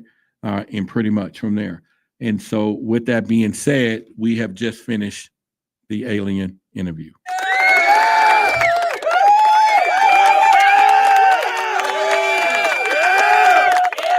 All right. So with that being said, though, now we're going to get into some real life stuff real quickly, too. All right. So you all been keeping up with what's been going on at the, first of all, real quickly, we talked about our luminous necklace, right? And I have mine, but I've had a couple of people send me some pictures of them wearing the luminous. And so I'm going to show y'all a couple real quick. I'm not going to tell you their names, but anyway, there's the greatness. And she's wearing the luminous, and she's wearing, a lot of y'all didn't know, we have a new version of that Your Eyes Are Useless When Your Mind Is Blind shirt. So she's wearing that shirt. Beautiful color, everything there, blah, blah, blah. But she's wearing the luminous, and I just want to thank you. And if you're in the audience tonight, thank you for blah, blah, blah. Lady G, she's got hers. And I'm just so proud. People sending the pictures. I didn't ask them. They just sent them out. And yes, representing and beautiful people. And we sent out a bunch. So if you got one out there and you wearing it, please send a picture so I can put you up. And then I'll post some of these on our YouTube page and everything else. And so beautiful, very beautiful stuff. All right. So let's get into the story. As you know, there was a flood over the weekend. Now I'm going to give you some conspiracy stuff, which doesn't dismiss those things and everything else and pretty much, but we will do that. All right. Someone else said they sent me their picture, which they didn't, but I have it now. All right. All right. So I will post your picture on our next show. Thank you. And yeah, so because I can't put it in here now because these are pre-done for the show start.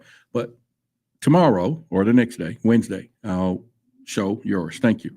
All right. So you already know what's going on. There's a lot of conspiracy. So I'm going to tell you one in particular. The flood in Texas is the worst ever. Okay. Now, keep in mind that this thing came out of nowhere. National Weather saying that they didn't see it coming, although they gave some notice. Nobody saw it coming. I saw a post that some people was talking about this happened in the 1930s, and then, of course, it happened in the 80s. But in the 1930s, it rose by this high, but it was 29 inches of rainfall. Like it was 3-4 times worse rainfall than what we had, but yet less damage. And people were like, okay, blah, blah, blah. So I'm just throwing a conspiracy out. This is not neglecting it. It's a tragic situation. I mean, and I'm going to tell you why it's tragic in a minute. Well, other than what you know.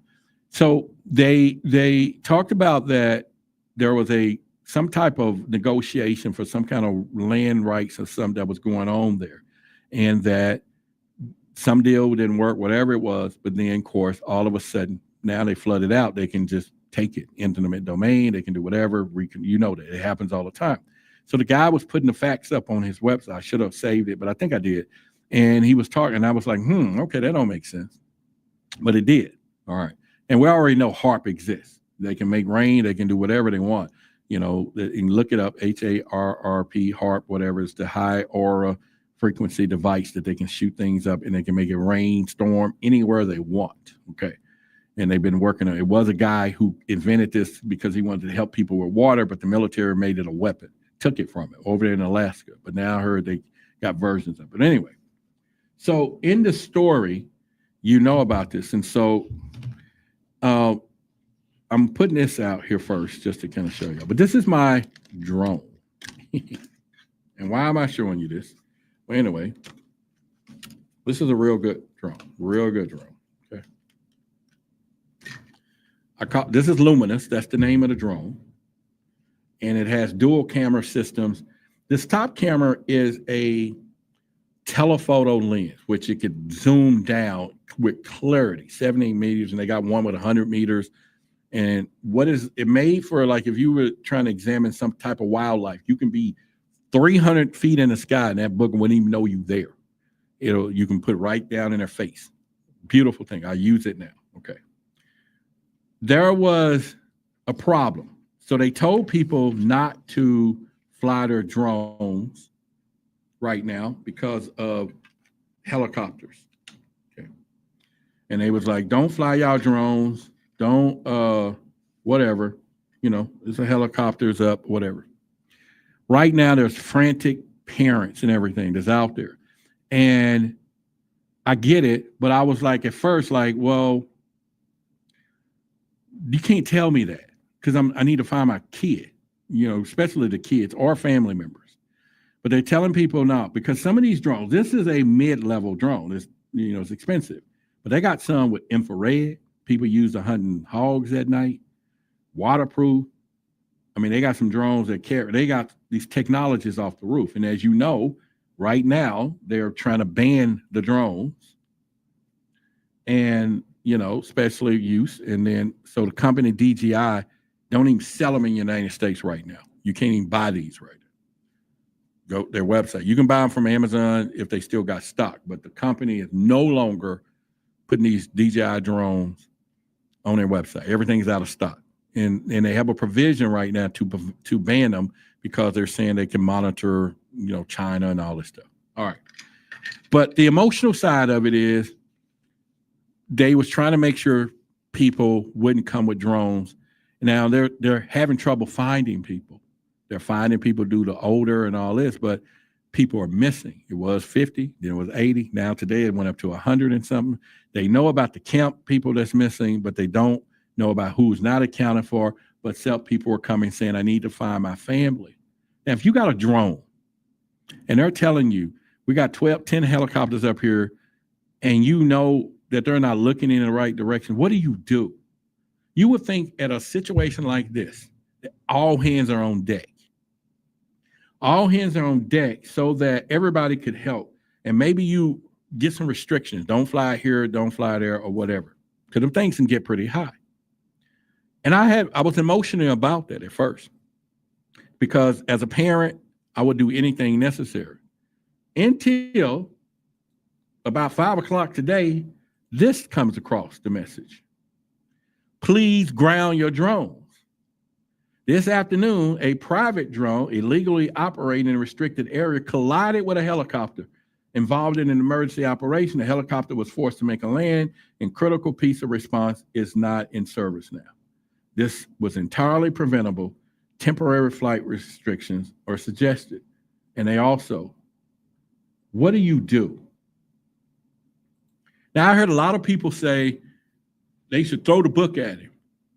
But what would you do? What would I do having this and they haven't found my child or my mother or my cousin or my best friend? I know they're not looking in the area where their house or cabin is yet or whatever. But I can put eyes in the sky. I can go look. I can search too.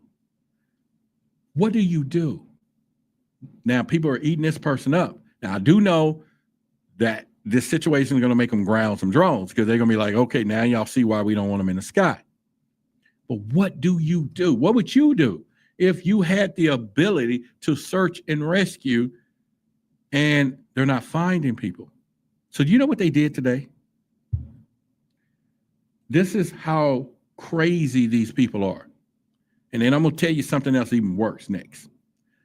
So they get up there and they make a press conference. And part of the press conference, they say, well, this is 3 days in. The likelihood of finding somebody alive, I'm going to have to tell you, it's not going to happen after this drone thing. So do you think they did that so they can say, don't go looking for your loved ones now because they ain't there. They're not alive. They're not there. Now, here's the conspiracy part. Noah, she said seeding and all that. So here's the conspiracy part. The conspiracy part is they turn around and Remember I told you how the guy was saying this never happened before. They didn't give notice, and then it probably had some back end, this other guy, that to this land and all this stuff. So people don't want to talk about that. But here's the part that got me. All right. And so I'm going to play a clip for you. And I want you to know if you hear this. And if you hear what you hear, this is one or two things that I'm going to bring to your attention. But this is Ted Cruz, the senator. Listen to what he said in this statement, this little quick 11-second clip. And maybe it's my wheels rolling, but just listen to it. Y'all ready? Go. Every mom and dad, last week, we were picking up our daughter from camp here in Hunt. Our girls have gone to camp here for a decade. All right, so tell me what you heard there. And knowing how all of this worked, and the guy was posting on the internet about all this stuff. What did you hear him say? Now, if it was me, I'm going to investigate something he said. But put in the chat if y'all heard what he said. Or if you think what I was thinking, one or two things, and then I'm going to tell you something else that blew me away today. But what do you think hearing that? Jaybirds, okay, right? Jaybird, right? You get what I'm saying? Yeah, that's the first thing he said in my mind. I'm not even going to say it on the air, but you said it.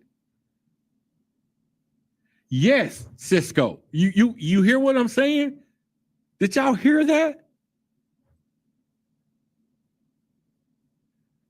Yes, yes, I'm not saying it. I'm just saying, did I hear that? And I'm going to play it again. I'm going to play it again. And then I'm going to play something else too, right? Every mom and dad, last week, we were picking up our daughter from camp here in Hunt. Our girls have gone to camp here for a decade. Now, see, if it was me, I'm going to be making sure that were they supposed to be part of the same thing and they was going to be there 3-6 weeks and you picked them up early? That's what I'll be looking into.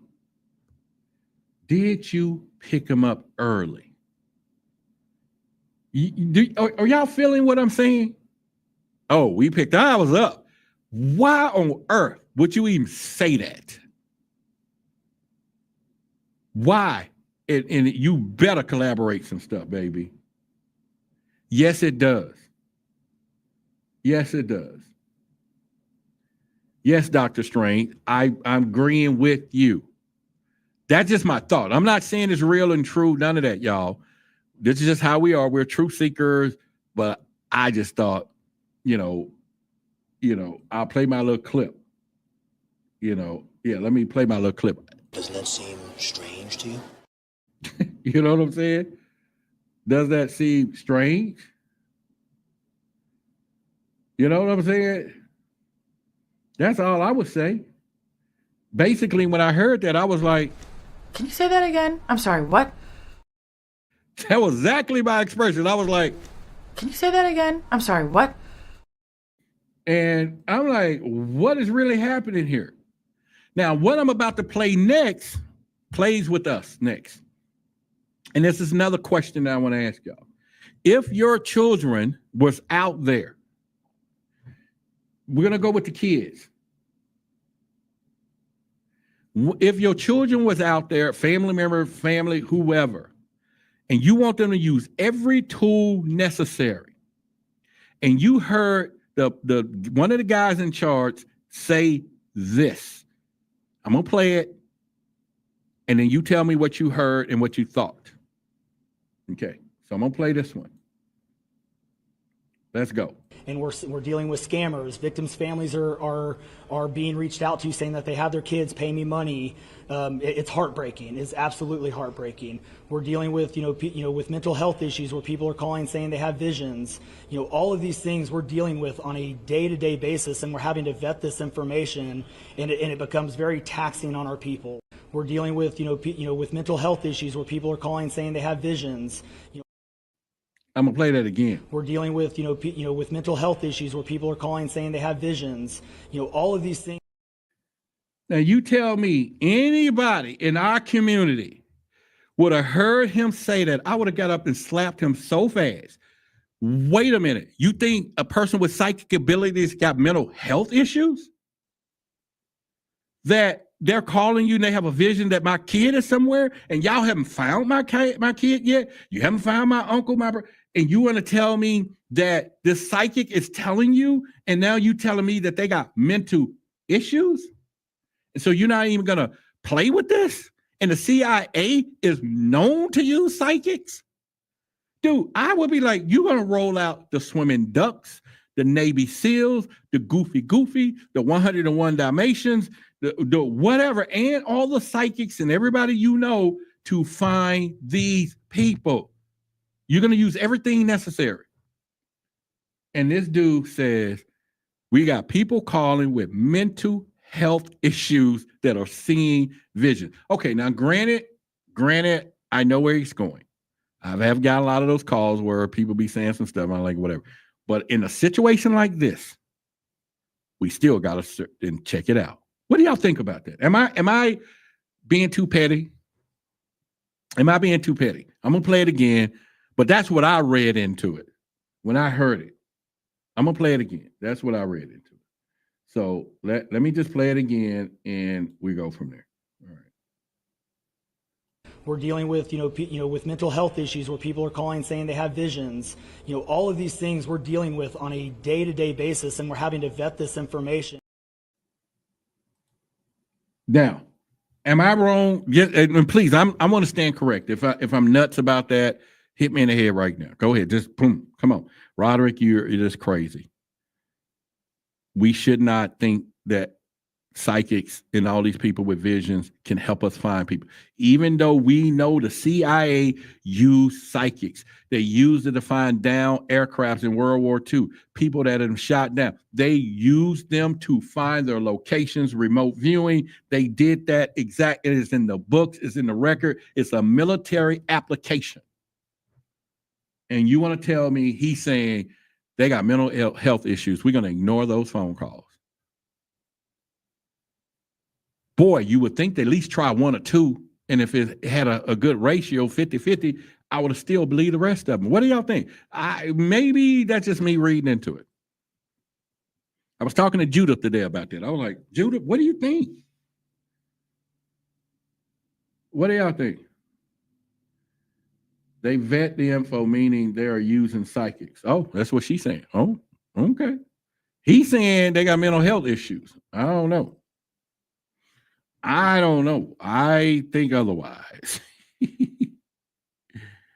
I'm thinking otherwise. 100%. Yeah, y'all get what I'm saying? I'm thinking otherwise. That's just me. That's just me. I'm just thinking otherwise. That's just me. What do y'all think about that? You know what I'm saying? What do y'all think? Come on. Tell me, what do y'all think?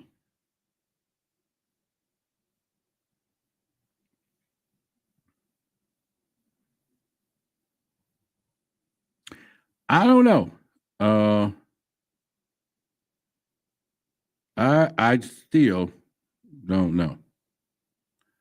I think it's crazy. Hang on a second. I think it's crazy. 100%. 100%.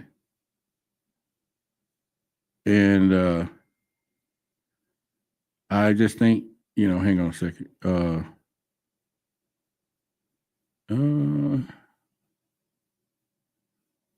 I think it is. Hang on, I'm just reading some, y'all. My bad. And my bad. I'm gonna look at the chat in a minute because I want to know what y'all think about that, because I just want to make sure I'm not the only one who thought that this was something else.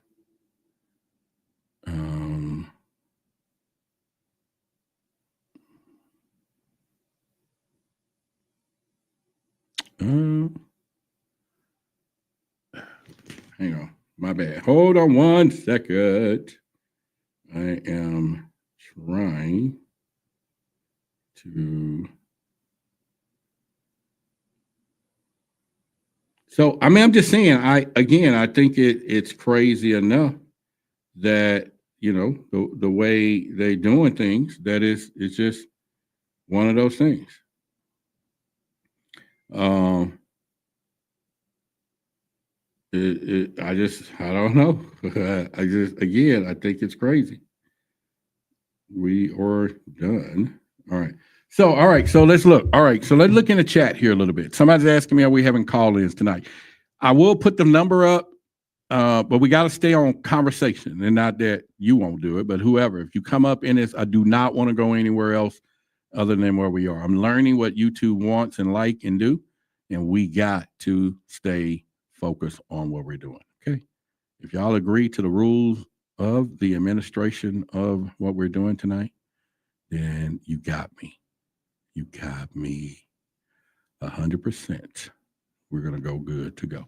All right. So let's look and see. Like you said, there are probably some Looney Tunes calling. Well, yeah, I agree. There's probably some crazy folks calling in. I'm not going to say that does not exist. Okay. I'm not going to say that does not exist. That's all I'm saying. We do know this. Okay. However, I'm just saying that, for them to say this and be like, whatever, it doesn't make sense to me, because I'm like, at this point, I would have said, we get some people calling, or I wouldn't even brought it up, to be honest with you. I probably wouldn't have brought it up that there are psychics and stuff, or whatever he called visions. And I'm going to play it again, because it wasn't the fact that what was happening, it's what he called them. We're dealing with, with mental health issues where people are calling saying they have visions. What the hell? He could have just said, we're dealing with people calling that have visions. Why would he say these people got mental health issues? Now, there's a lot of you in here audience right now, very clairvoyant, you're psychic and all this stuff. And do you got mental health issues? But I guarantee you, under the circumstances, if I was in that situation and you said, Roderick, I think I see somebody under a tree that's over here, blah, blah, blah, and they're still there, I'm going to go find out if they haven't found them and they're still talking about, we don't know where they are, and we're searching, and somebody out of the blue, and they describe this person to me who they have no bearings of what they look like and know. I'm sure the psychic people are giving them some details. And they're going like, no, you got some mental health issues. There is no way we're going to go look under a rock over there or whatever. I'm just saying, maybe I'm just being petty. Maybe I'm being petty. That's all I'm saying. But the other part of that is, he said, I picked up my kids 2 days early or a week early. I would be like, and I'm going to play his clip one more time. Every mom and dad, last week, we were picking up our daughter from camp here in Hunt. Our girls have gone to camp here for a decade. So what would you do if that was the case? And whatever. So I don't know. But again, those are things that we can do. Somebody says, Roderick, I'm going to say is that the president said woke is ended and there are no going to use people. They're not going to use people with psychic powers and will go against what they're trying to stop. Yeah, Judith, when I was talking about today, she said he's in the Stone Ages, that guy. I'm not going to call the name so she can be getting in trouble. But she said that he's living in the medieval world and everything he says and think is in the medieval times. Okay. But I do know, all right, if I had this little thing that I have here and you can't find something, I'm putting it in the sky, baby. I don't care. But I guess he should have been seeing a helicopter, for crying out loud. I'm agree with him on that there's a problem. And it's going to cause conflict for all of us who have these things at our disposal. But at the end of the day, it is crazy. All right, so I'm going to put a link in the chat for a quick conversation if someone's going to hop up. But like I said, please, I'm not talking about you, my friend, but there are some people out there, if we cannot stay on conversation. Well, I better not put it up. Hang on, because we ain't going to be here too long. But if I do, I don't think y'all can do that. But we're gonna find out. Let's do it. Let's do it. Do it, Roger. Do it. Well, I'm Roderick though, but there we go. Oh, yes, I know, right? Mm-hmm. Yes. All right, let's see if we can put let's see if I have a way to do this. All right, so I just put the link there if y'all going to oh, well, I can't put that one up. I don't have link done. Link posted. All right, so yeah, but the other part of that, like I said, is that you just got to think about that scenario, that whole freaking scenario. You know what I'm saying? And what to think about that is all I'm trying to say when it done that. But if I'm wrong, I'm wrong. If I looked at it wrong, tell me pretty much. Maybe it's the petty or conspiracy side of me. But when I heard both of them, because they did it in the same press conference, by the way. And when I heard both of them, I was floored. But I will definitely investigate the first one and find out, were they scheduled to be there for the entire trip? You get what I'm saying? Was they scheduled to be there for the entire trip? And if they were, all HELL is going to break loose, that I already have broken loose.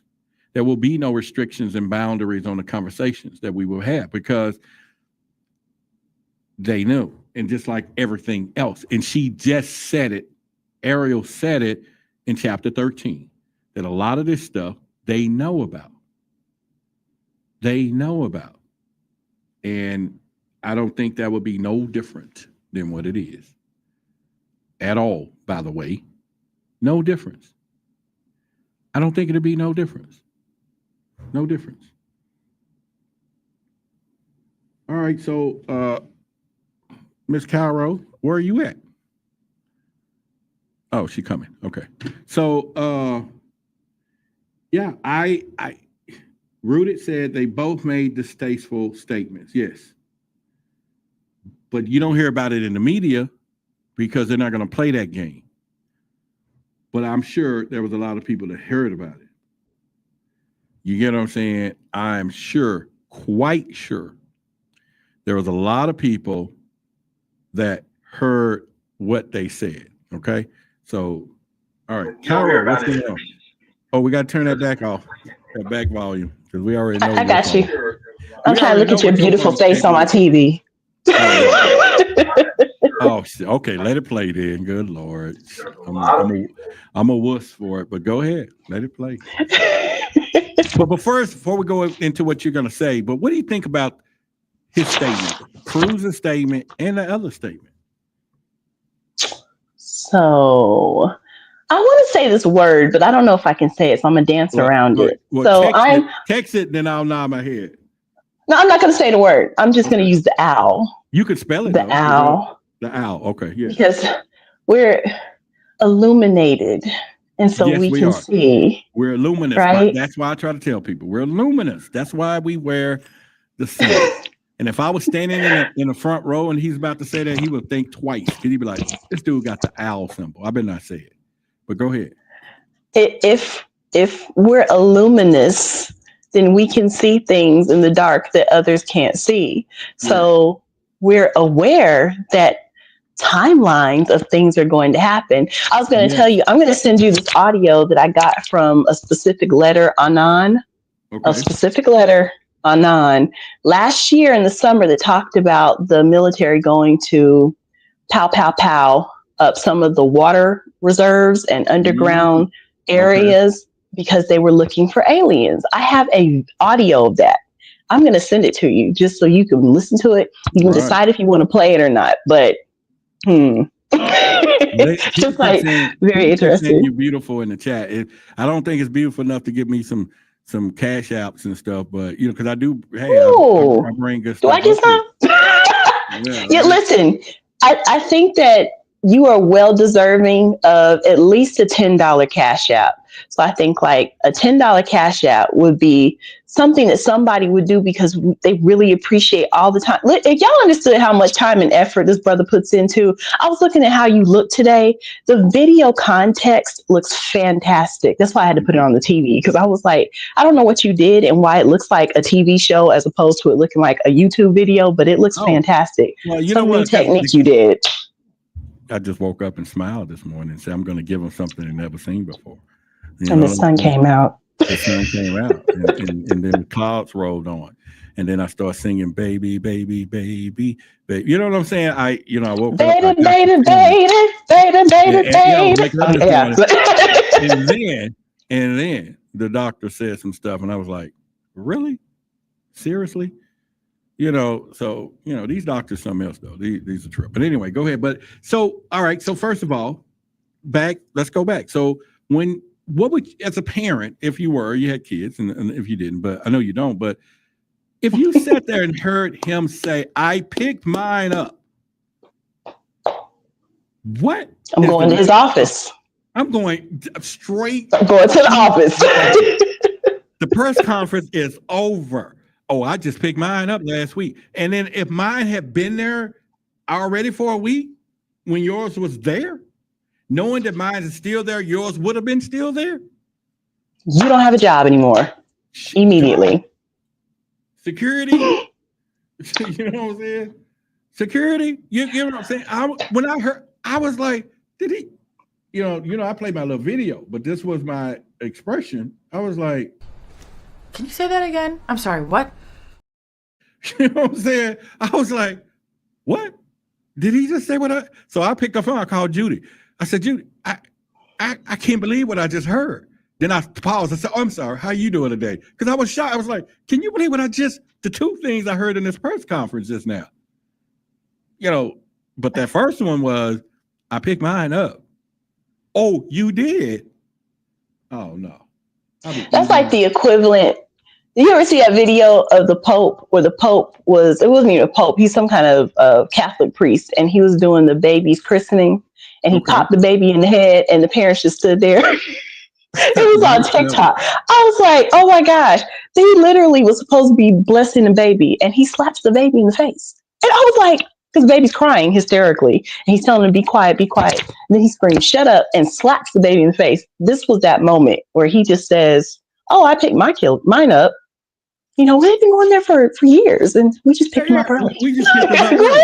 I'm like, everything but the word early, right? So let me play it again for y'all if you just hopped in on us. Every mom and dad, last week, we were picking up our daughter from camp here in Hunt. Our girls have gone to camp here for a decade. Now, bland or not, he was in a battle with the land people there 2 months ago. And matter of fact, they had a whole thing. They're bringing it up that they had a whole meeting on this last year saying we need to do something about this. And nobody did nothing, so to speak. And now they're going, he goes, we got to take politics out of it. We can't do anything when it's an act of God. The ultimate blame. He said, this was an act of God. Y'all can't blame nobody for this. This is an act of God. Yeah, sure. Blame God. I know, right? It's like it's blame God. God did it. Let me tell you something. When he said act of God, all I can think, Cairo, was one moment of, I don't know why this came to me, but I had this vision of the devil sitting on a wall crying. They just keep blaming everything on me. That's all I saw when he said blame. I had a vision that the devil, not him, but just how we always say everything. Oh, the devil. The devil made me do it. All I had was a vision that the devil was over there crying on the wall, telling me, Roderick, they just keep blaming everything on me. And I'm like, now it's God's turn. So, Roderick, do you know that Houston sits on top of some kind of big body of water? Like there's like an The extra aquifer. ocean underneath. It's the What's it called? aquifer. It's the aquifer. Oh, it's the Yeah. aquifer. It's underneath all of Houston? It's underneath Texas too. T-Bone Pickens, if you look him up, said this. T-Bone Pickens. T-Bone Pickens said this probably some years ago that people thought he was crazy. He said, water is the new gold. He's buying up all the water here. And he's I think he's dead now, or maybe he's not. But anyway, he bought up all these water rights. And water is under people's properties. This is why they can sell you the top, but you don't own the bottom. And he said that he explicitly said on camera, I'm buying the water because you're going to need it to live. And if I own water, I got the best thing besides air. And he said oxygen is the last resource. I saw that. Was that Blue Gold? Did you watch that in that movie, Blue Gold? I don't know about that one. I didn't see that. But he said, and this is why the Bushes own all these aquifers. Dallas right now is we doing some kind of pipeline, and they're taking people's property or whatever they call it.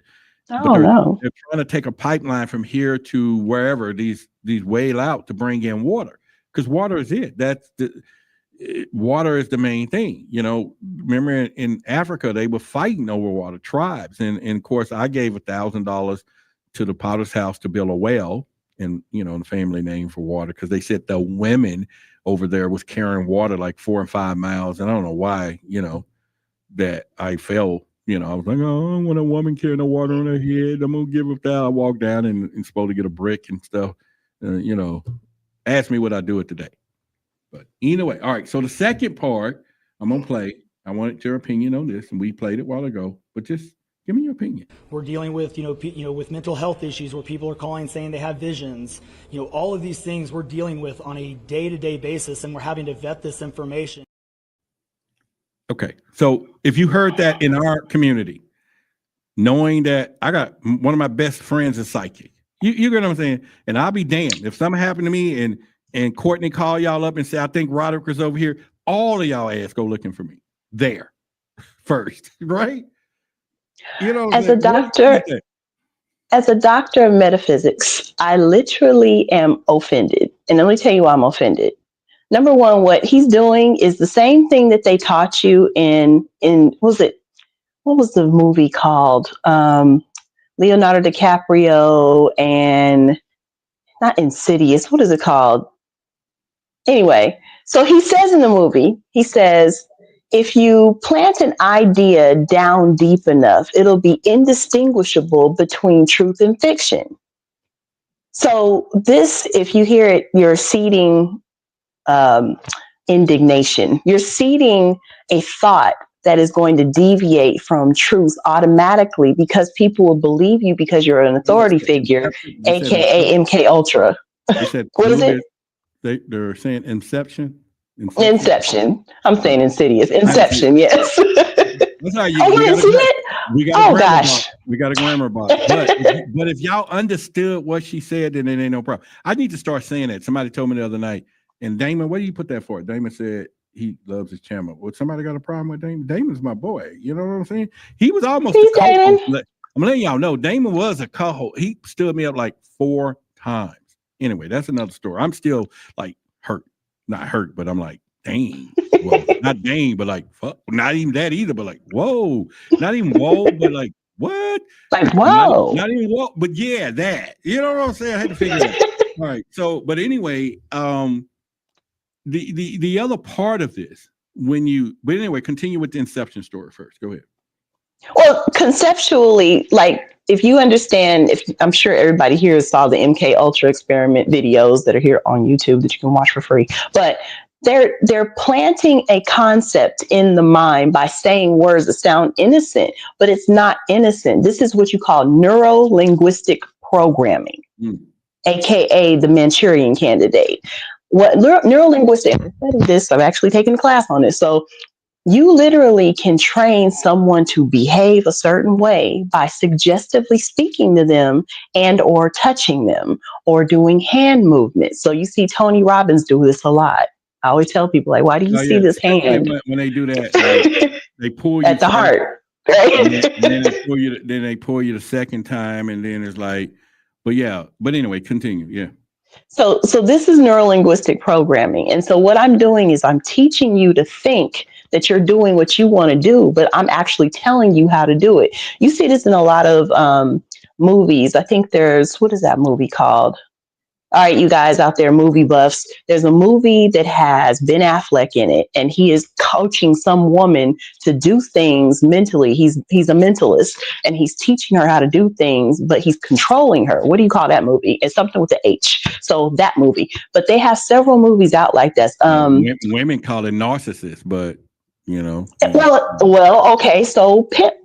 Can I say pimps? Pimps.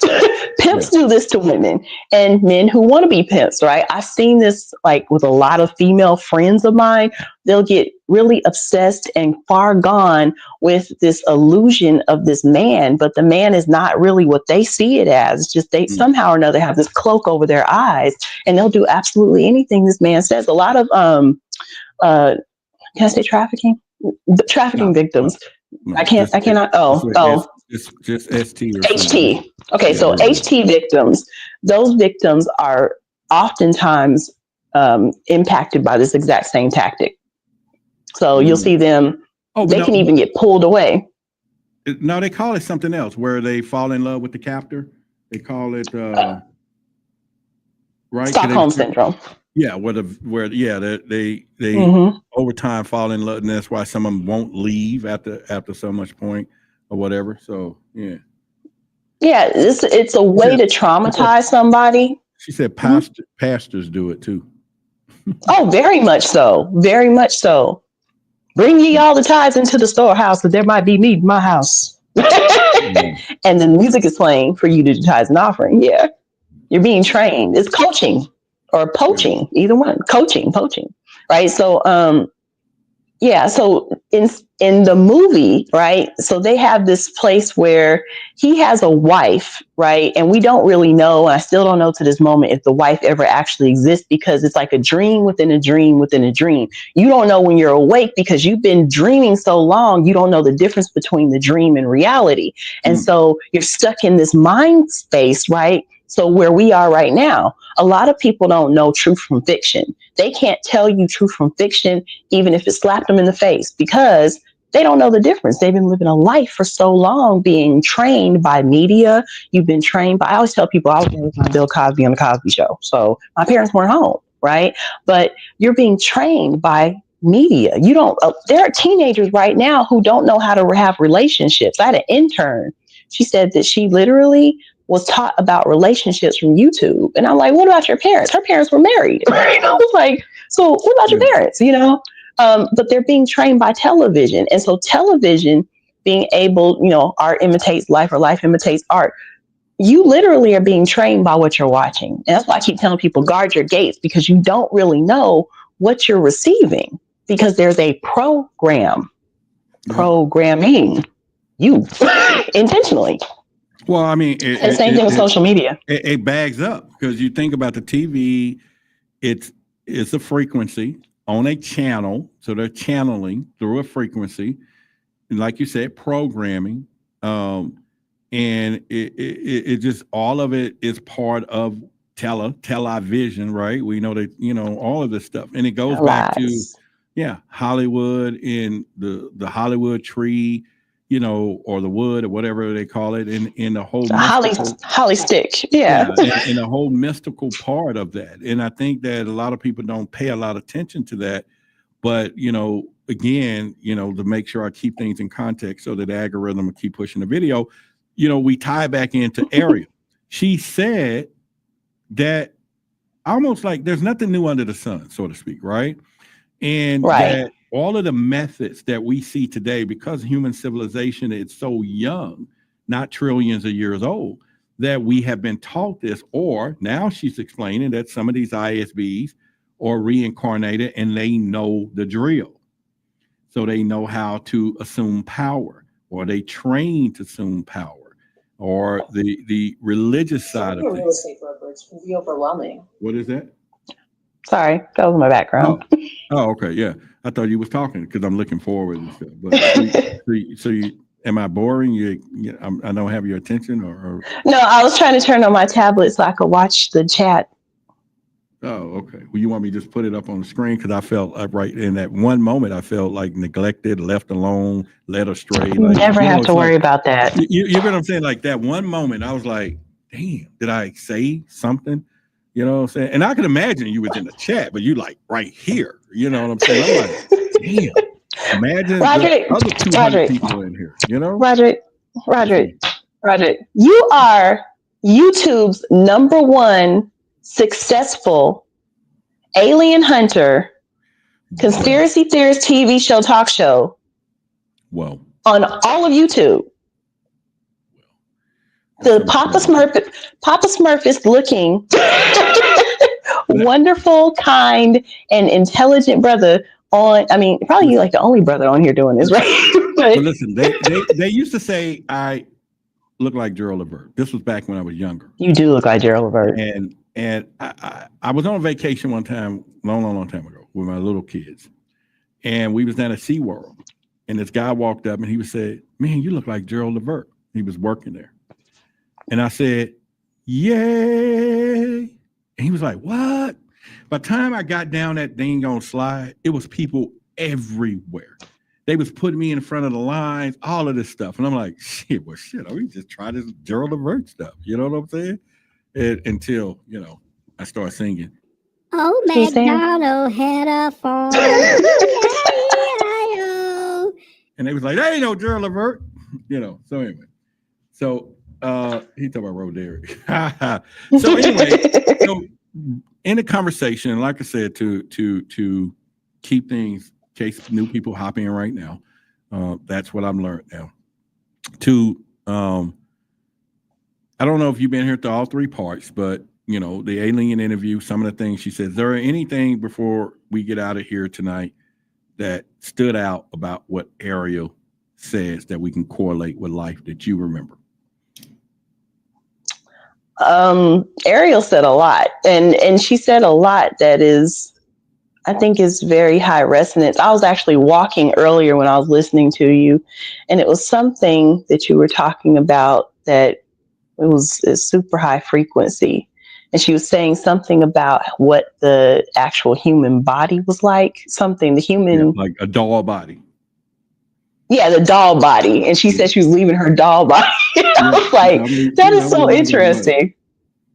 Yeah. And then you were saying that did I pick this body to be fat? And I'm like, what if you're not really called fat? What if you're just called? I didn't use the word fat. You just called me fat. Yeah, no, you did say fat. No, I didn't say fat. I would never said fat. Because that allow other people to call me fat. I didn't say fat. I said. What did you say? I didn't say fluffy. If you heard fat, you might have heard the word fluffy or something, but I didn't say fat. I was offended because I'm plus size. I make sure, because there used to be a time that I would laugh at myself before somebody else did, and like I'll be walking in the store and somebody will walk by and she said, "Excuse me," and I'll say, "Excuse me," it's more me in your way than you in mine, and I'm like, stop talking about yourself, bro. You get what I'm saying? So I am cognitive of the word fat.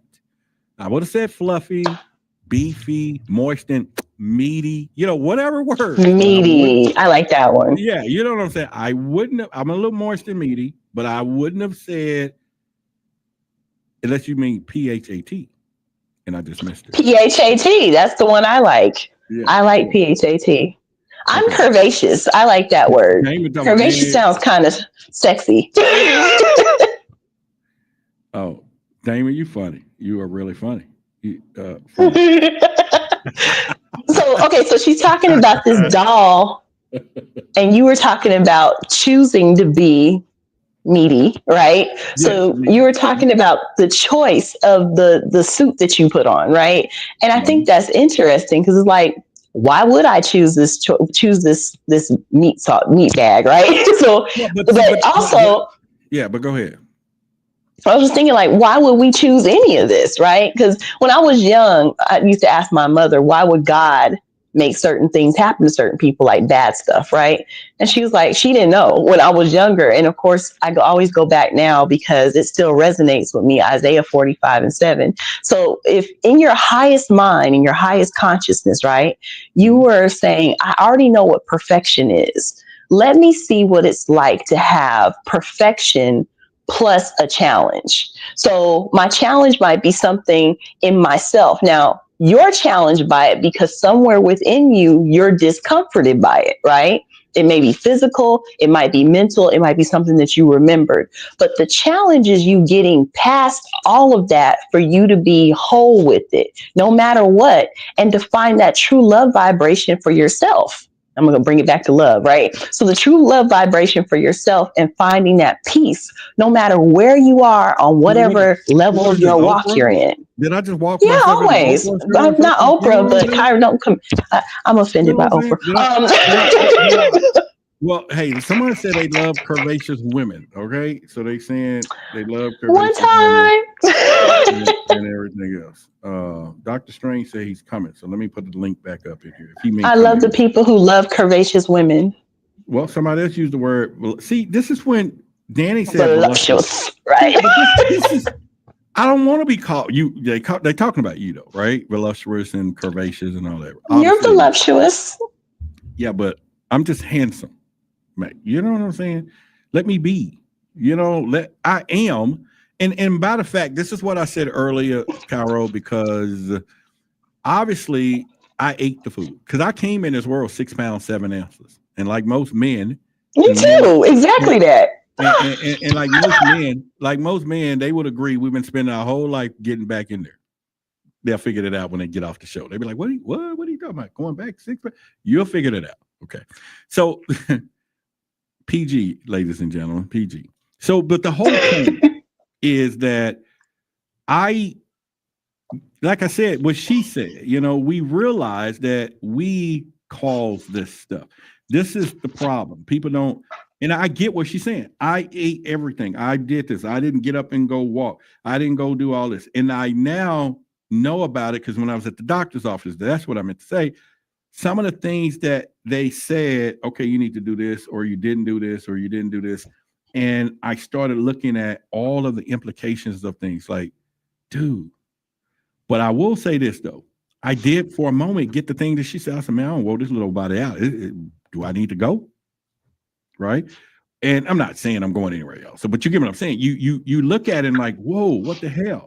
But the whole point that she was saying is we made these decisions. We do what we do to what it is. So I will take accountability that, you know, all the stuff, you know, and again, this is why I was having a conversation as though I was talking to one of my kids. If it was just the time, it was like, no, don't, you know, I can't blame anybody but me. I can't blame anybody but me.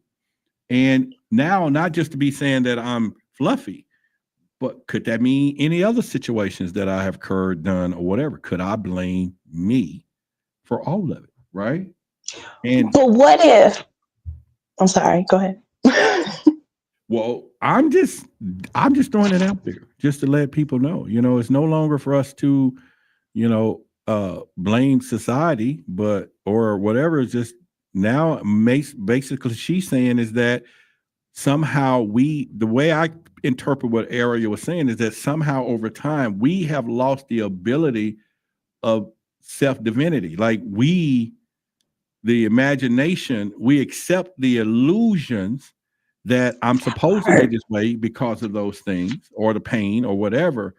And we don't accept the fact that we can imagine something different, right?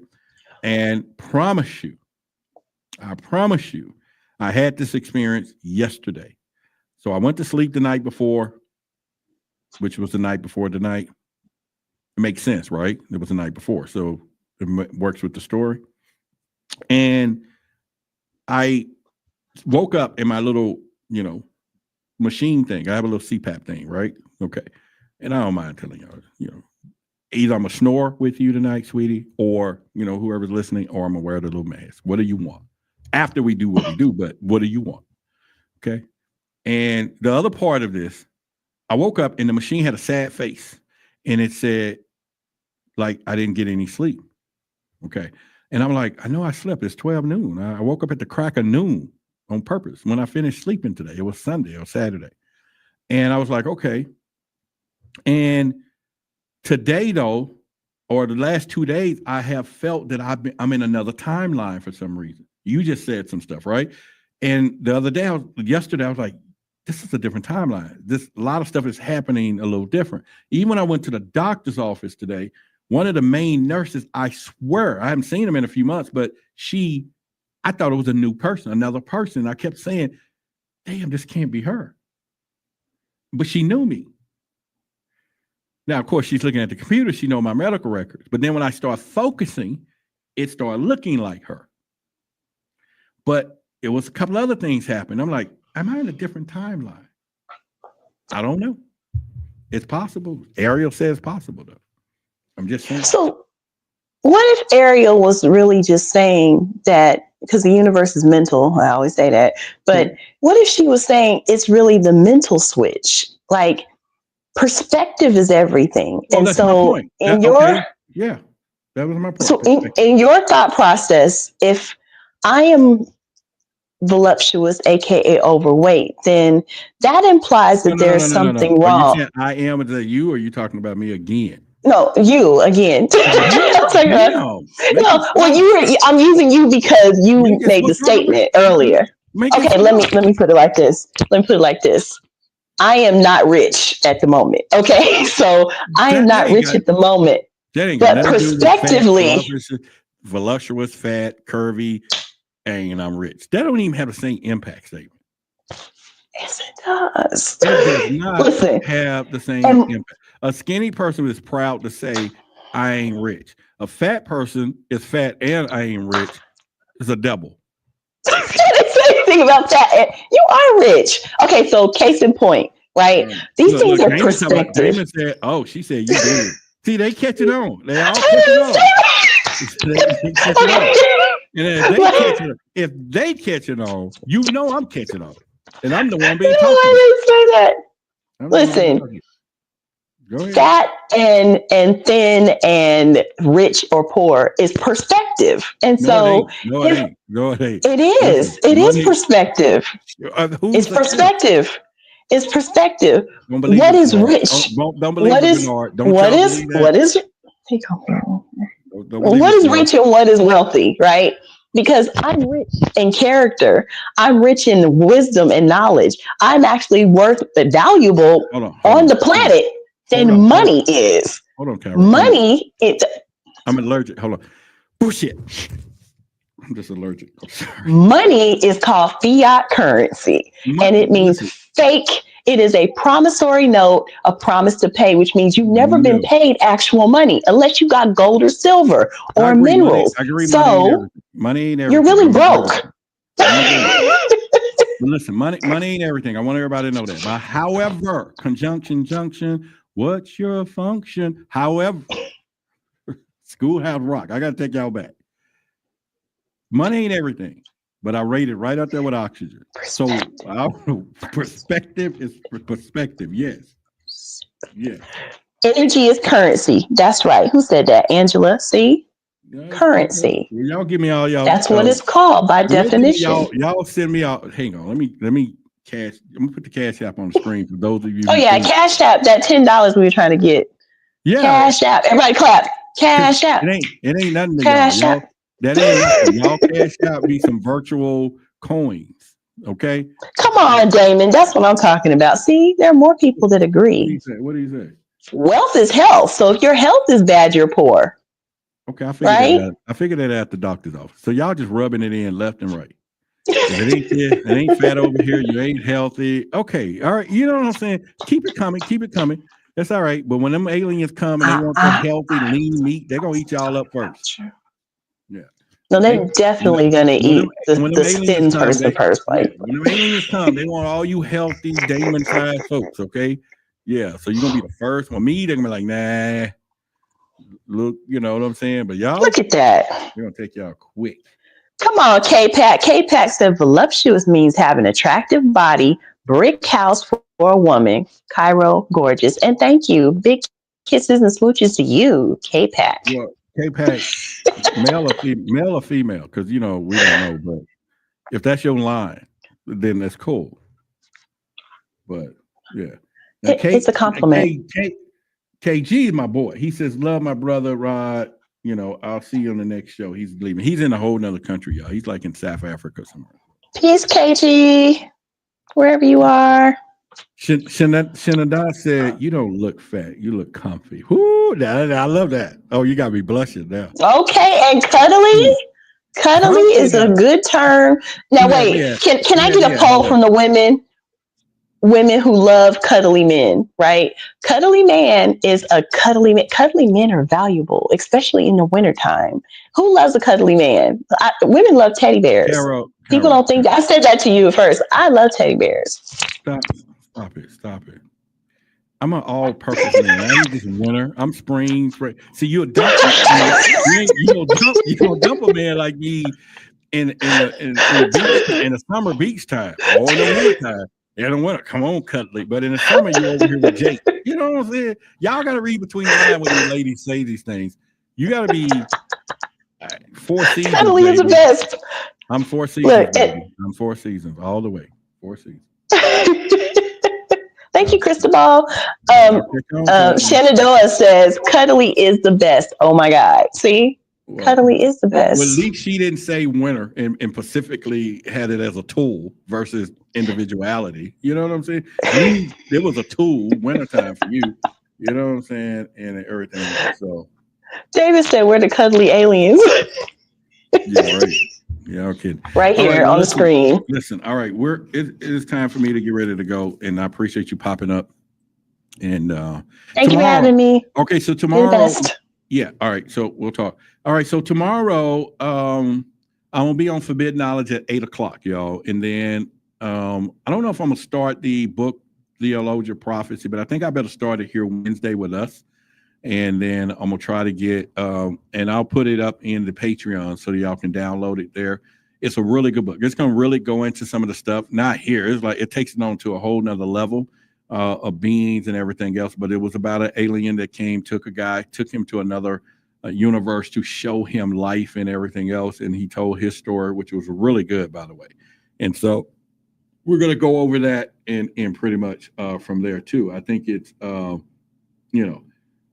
some of y'all are saying some good stuff. Thank you. Men got lots of tools. Yes. All right. We're like I said, we're going to go over that particular book. And then I have 2 more. So the next few weeks, we're going to go deep in some stuff. If you hadn't liked the video right now, please take the opportunity to go ahead and like this video and everything else. And then, of course, again, I'll see you tomorrow. I'll be on Forbidden Knowledge at 8 p.m. If I finish early enough, I'll set a thing here and come over here at 9 just to kind of get work started off on what we're going to be going. And, of course, Wednesday at 8, Thursday at 8. And then I think we're going to do a after show and behind the scenes Thursday night, but you got to be on the Patreon for that. But I'm trying to move another day so that way I can get us all in. And hope you enjoyed the 3-part series and got some information, and hope you didn't mind the emotional moment. And outside of that, Cairo and all these people are friends, and yes, they can call me what they see. That's cool. I'm okay with that. You love yourself, but also you got to love yourself to know that there are some changes that needs to be made. And at this point, thank goodness that, we have time to make it. But from the aliens' perspective, we can see life totally different. I appreciate each and every one of you. It's been a plum, pleasing pleasure, as well as a privilege of serving you tonight. As always, I love what I do. I love the people.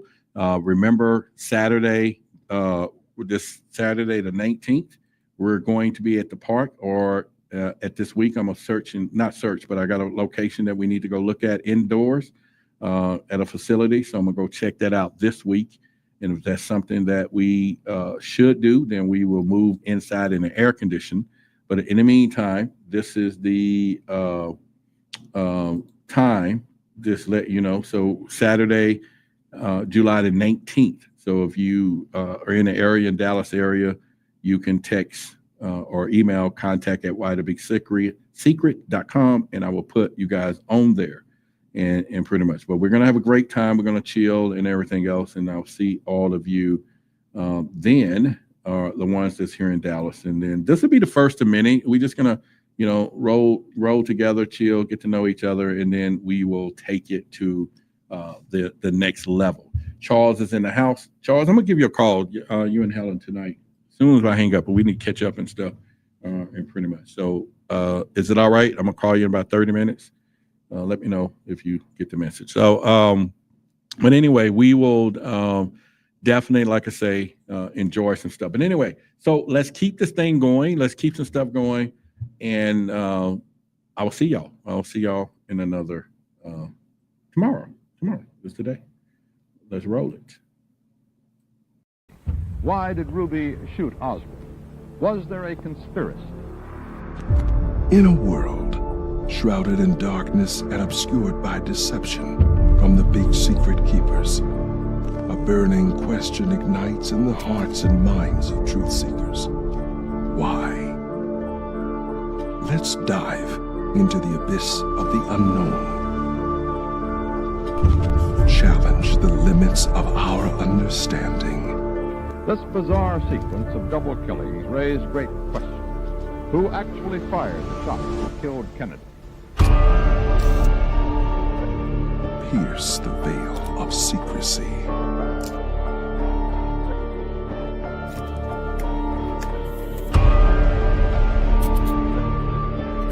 Cattle found dead and the manner of their deaths are a real mystery. Anyone who is concerned about lead in the drinking water in Flint. And venture into the realm of conspiracies and extraterrestrial evidence. A huge explosion now, raining debris on all of us. We better get out of the